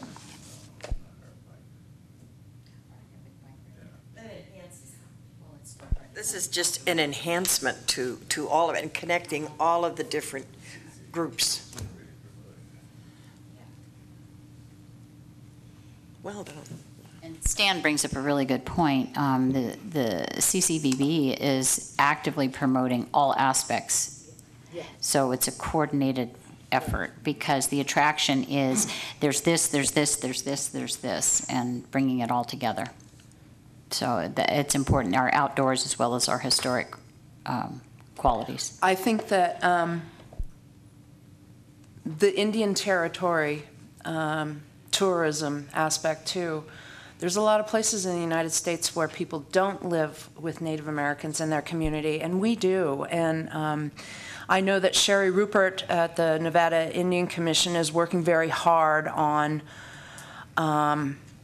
enhancing and building up the Indian Territory tourism designations around the state, but there's no reason why Carson City couldn't be, especially with the improvements, the funding that's finally being funneled out at Stewart, that can be part of the Carson City experience. I think that engagement's critical because it's been lacking. So. On the following page, there's a list of 1, 2, 3, 4, about 5 recommended marketing efforts, and you may want, if you haven't, you may want to address those and see if they're still relevant or need to be included or left off or added to it. Yeah. It says initial steps. Yeah, right before item B. Yeah, initial steps.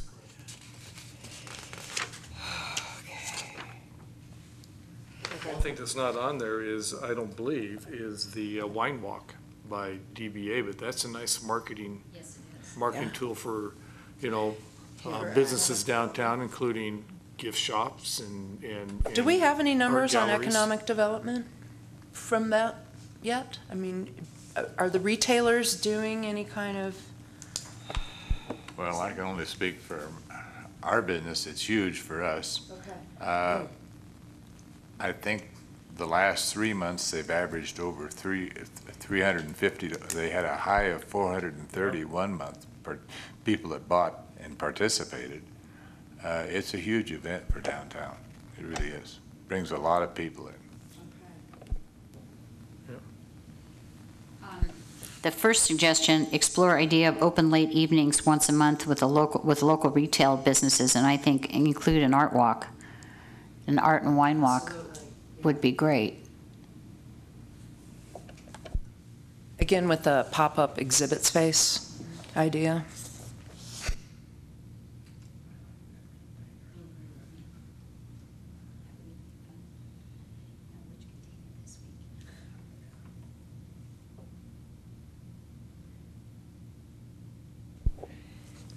Is there a regional art and cultural flyer, heritage flyer? Do we have that today? There are a few different ones. Based on the Quilt Shop Circle flyer developed by the local cloth cottage. That was in 2002. Yeah, Cloth Cottage doesn't exist anymore. It doesn't exist? Uh-uh. I didn't think so.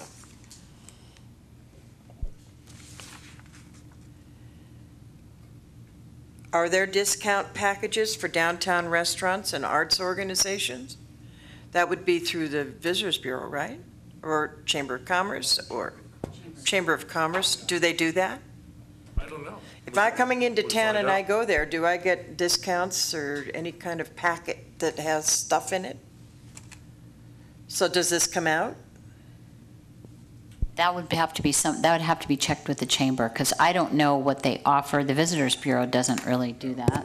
No. We could check, I could check with Ronnie on that, but just because they don't do it doesn't mean you necessarily want to take it out. I mean, it still may be a recommendation that you do it, I mean, that's really kind of up to your committee. But our committee, I mean, we can't tell the chamber or, that has to And, come from it's a them. business decision whether That's businesses want business. to participate in that sort of a scenario, so.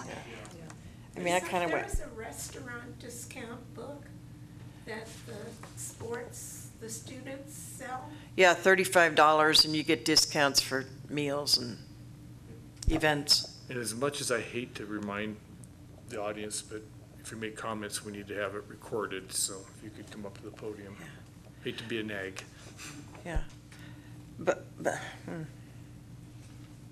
I don't know that this document needs to make that suggestion. I think that comes from the business organization, so I almost feel like we should strike that. Yeah.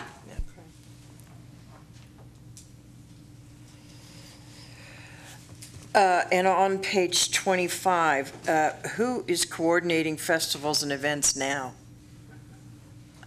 Oh, Again, it's a partnership effort. That's what's going on pretty much.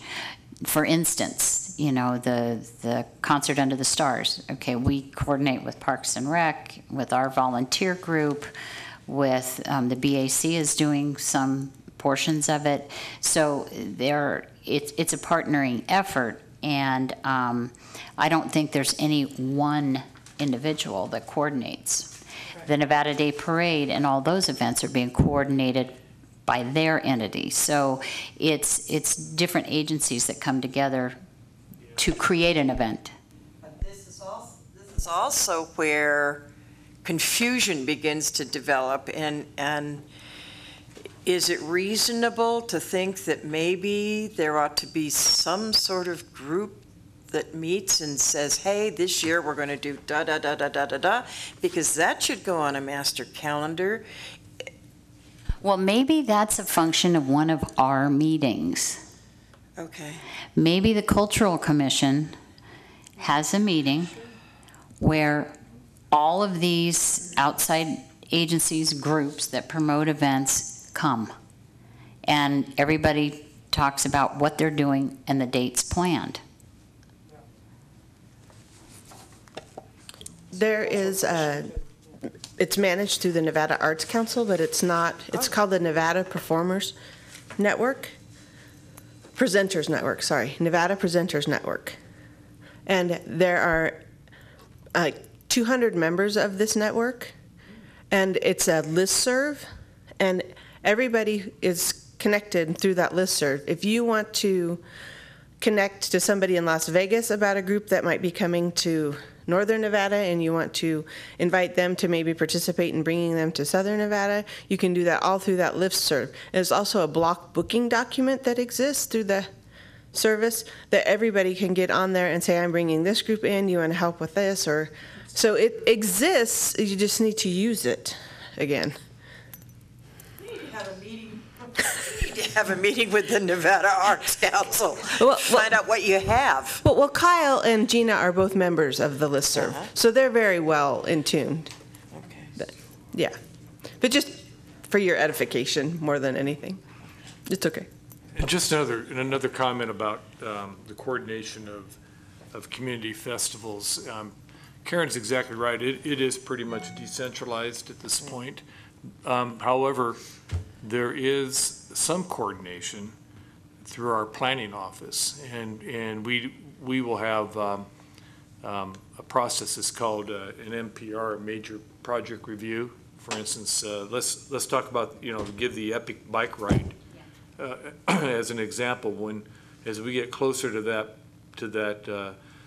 that festival and that event, we'll run through an MPR program where the individual or the organization that is promoting that event will have a meeting with all the departments, and we'll talk about how, what are the logistics of trying to pull this off, what streets need to be closed, what kind of services need to be brought in, all that, for everything from the Sheriff's Department to Public Works to Parks and Rec.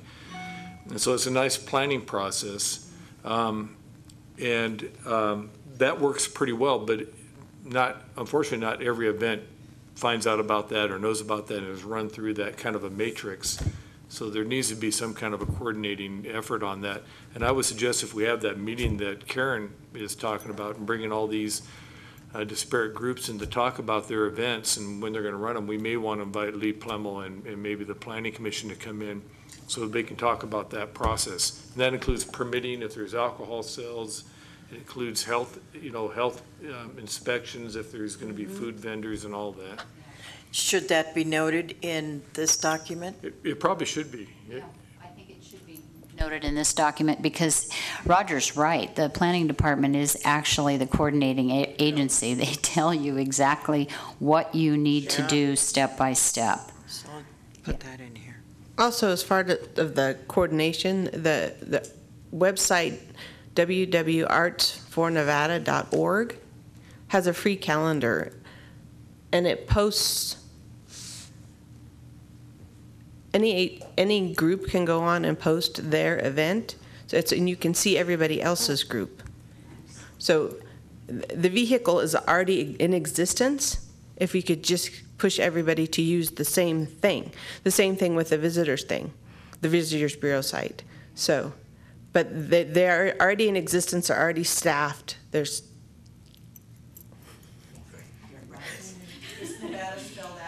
It's called Training Us.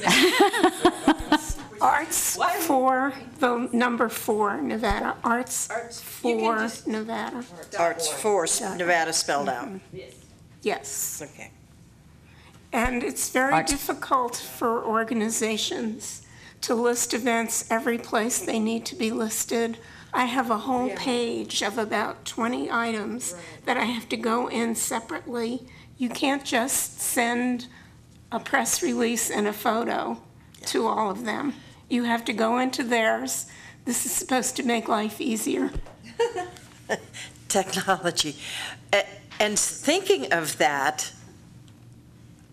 how do we know people are using it? Is there, if somebody clicks onto www.fornevada.org, is there a little check mark that says this person, you get 10 viewers a day? How do you know they're being used? Because you hear people say, I don't know anything about that. And so when you say, well, didn't you go to the websites? Here are all these websites you can go to, but they don't go there. How does the public know to go there? Speaking for the Visitors Bureau, Kyle tracks it. All He right. knows how many hits he's gotten. He knows, Okay. you know, what sections of the country they've come from. He knows all that information. Good. Okay. Okay. And while we're on that section, we are on B, right? Is that where we are? Work with existing community festivals, is that the one we're talking Well, about? no, we're just before that, and I'm looking at research funding for joint marketing. Okay. What do you want to say about that? Do we leave it in? I don't have an opinion. Again, I'm just going to speak for the Greenhouse Project, okay? We go out and get our own sponsors. Yeah. And I know Ellie does that too. Yeah. So, I mean, I don't know that I don't know that we want to get in the Cultural Commission wants to necessarily fund that. I think No. in marketing, yeah, I just, But, yeah. Yeah. Should we strike it? and they do, so. We're not, Barbara, we're not going to retype this, just so you know. What we'll do is go through the points that are still salient and the ones that have been accomplished and new issues that have popped up, Okay. like including, you know, our changing demographics, that kind of stuff.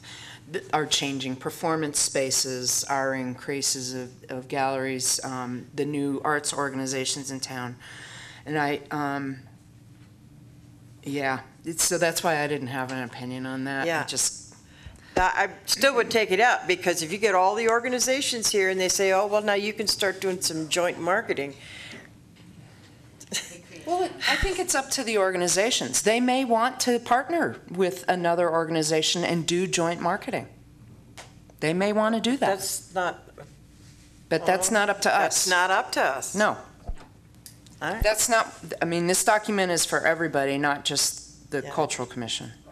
Although the statement is a little more action-oriented, it's Yeah. research funded. Research, and You know, I'd I mean, you take it could out. say promote joint marketing, you know, or something of that nature, but it's all in the words, you know? Right. But it's, How about coordinate? We don't want to be we don't want to be in charge of it, but provide information as to marketing opportunities. Let's just say promote. and I leave think it that alone. would be a good component to training of nonprofits, the boards, the Yeah. volunteers, the marketing. Because we're an information source on that, but we are not. Yeah, we're not doing it. Yeah. No. Yeah. Okay, Okay. I just want to be clear. Yep. Okay.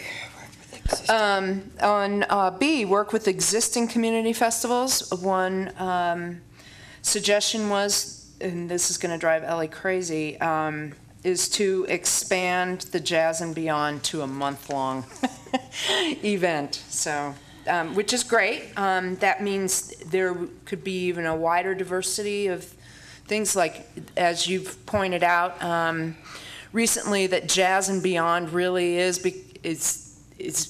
more of that beyond area, and so all kinds of things could happen. We have had in the past and do have planned this year art sales, art exhibits, film. We're bringing in a film director from another state to show his film. and coordinating that with the performance. And that will be at the Brewery Arts Center, so they're partnering with it too. So yeah, that would be great. It's just that the organization that puts this on is very small and has 0 paid staff.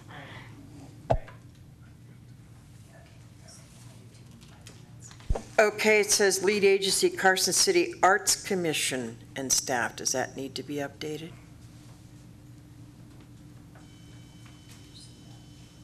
It's on page 25. B, Right. lead agencies, who's Right, it would be the Carson City Cultural Commission. Cultural Commission? That would If you work on wait, task B. if you wait until you have the marked up copies from Danielle, I put on the front an overall name change Name change. for global. Okay, I also had under item B, oh, no, never mind. I'm jumping the gun. Do we take out calendar years? Explain that to me, what that means, calendar years. Well, I think that the calendar year was listed as, that was the target year that would be completed. That would be done. Yeah, so I think you're going to have to come up with a decision, you being the committee, of, do we want to have target dates for completion, or do you want to leave it open-ended? I mean, there's advantages and disadvantages. If you have a target year, then you're really committing yourself to have it completed by that target date. If you leave it open-ended, the danger is it doesn't get completed, so it's kind of. Yeah, I'd like to bring this up with the full commission, but another way to look at it might be short-term, medium range, and long range. That's probably a good approach. Yeah. Right, because these plans are supposed to have a shelf life of 10 to 15 years. So. Well, and it's a business plan in a sense, and so, yeah, any good business plan has those kind of goals. Okay. So. Just as a little bit of a house cleaning on this one, we may want to eliminate a few of the items such as Salsa East Salsa, that's not, and also the Cowboy Jubilee, I believe is, and I don't know if there's any others on there that need to be deleted. Also, Some new ones that aren't listed, There we go. like the Brews, Bikes, and Bubbly, the powwow. the powwow, definitely. It's been around forever, hasn't it? It's not the Stewart one. Really? I thought I saw that about 12 years ago. That's when she started it. Ah, okay. The Father's Day powwow started about 12 years. That's when Sherry started working there. It was terrific. Also, the development, okay, so item C, adopt a public art and historic preservation plan and ordinance. As Karen has pointed out several times, the percent for arts ordinance for Carson City is a work in progress. It is currently in progress. As she has explained very well to me, first we need to get a cultural master plan. And then we can go to the Board of Supervisors and say, now we have the ability to secure funding, we have a plan, we have a vision, and now please, could we have an ordinance for some secure and consistent funding? And historic preservation, we do have, that's in place. That's it, yeah. Because that was one of my questions, is how much info has been gathered? Do we have a plan enough for a grant writer to begin? Historic preservation, the reason they've gotten so many grants is because, and recognized, the district is recognized and all the rest of that nationally, is because all that's in place. Right. Yeah. You could probably strike reference to that, couldn't you? Yeah, I think you could. You know? Oh, Accomplished. okay. Yes, my old office, the SHPO, the State Historic Preservation Office, provides them with annual funding. Getting to the item about Stewart. Terry, I D. apologize, I have to leave. Okay, go ahead, please. I'm going to have to Thank you, Karen. probably take a little break here pretty Yeah. soon, unless we can wrap this up fairly quickly. So the state government, we need to note, as of 2015, the state government has stepped up its support of restoring some buildings out at Stewart and establishing a cultural center. The legislature this year provided funding for museum staff and final planning / construction documents for the restoration of Building 1 for the cultural center. They also approved the sale of 2 parcels of state land, the proceeds of which will be used to revitalize the Stewart campus. As of 2015 also, the Nevada Indian Commission is coordinating agency at Stewart now. There are several different users out there, state and nonprofit. They will now have to coordinate through the Nevada Indian Commission. And thank you, Karen.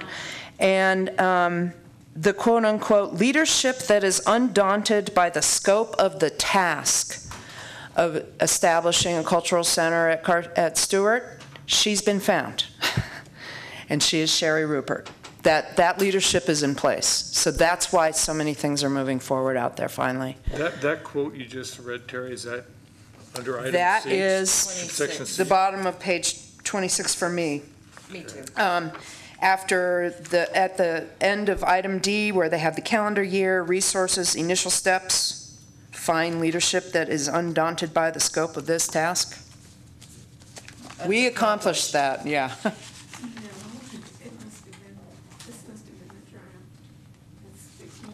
Done. I'm so glad. I know, she's doing a great job.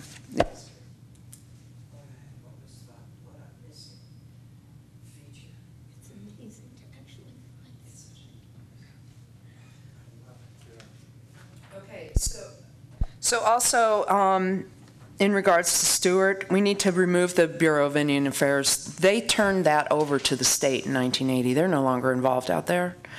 And we maybe need to ask the State Museum what role they're going to play out there, because this will become a museum that's part of the State Museum system. So we need to ask Peter, what they're discussing at the State Museum as a partnering agency with the museum that will be established. Is that the goal, to have it become part of the State Museum? I believe so, to get it accredited. Okay. Yeah. But the reason that the building is going to be so expensive to rehabilitate is that it will be a curational facility for artifacts. So they need to have, specific climate controls and cases and archival things. And do they interface with the Nevada State Museum? Because I know they have a lot of Indian artifacts. Right now they are, because the Nevada State Museum took over some of the collections. Yeah. But that was only meant to be a temporary arrangement. Is that Ultimately, known? yes. Okay. Ultimately, the State Museum wants to get out of housing Stewart artifacts, except for the ones that they display. That's why they're on the committee, the Stewart Advisory Committee, to establish the cultural center. The curator shows up for those meetings because she's very interested in passing those artifacts back. Oh, yeah. So I'm not quite clear on what the State Museum is discussing as far as what their role's going to be, though, out there. Okay? Finally, we need to add another item under this heading, the Economic Development and Urban Design, and that is the Nevada State Prison and their vision for what they see happening out there as far as community center, museum, heritage site, cultural site. So we need to add a little something about the newly created Nevada State Prison Society. It's a society. Preservation Society. Okay. So we do need to update that with the new plans for out at the prison. Nice. Should we blaze on through to? Yep, I last just have a one. couple of comments on the fundraising. On the fundraising? Yes. On page 27, My- regarding the local option tax that we just discussed under the economic development, the 2014 infrastructure tax, Karen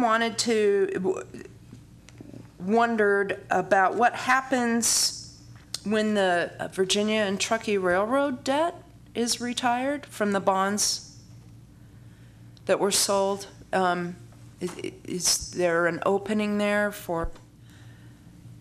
Yeah, I'm not sure how much longer that bond goes out, extended out, and I'll do some research. I'll find out what the status Okay. on that is.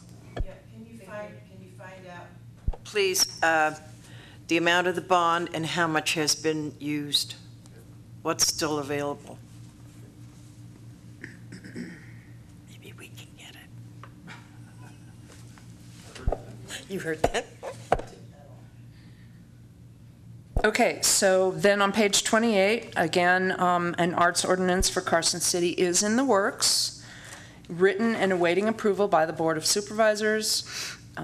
This would add much-needed funding for arts and culture in Carson City. First, however, adoption of an arts and cultural master plan needs to precede the adoption of the ordinance. Yeah.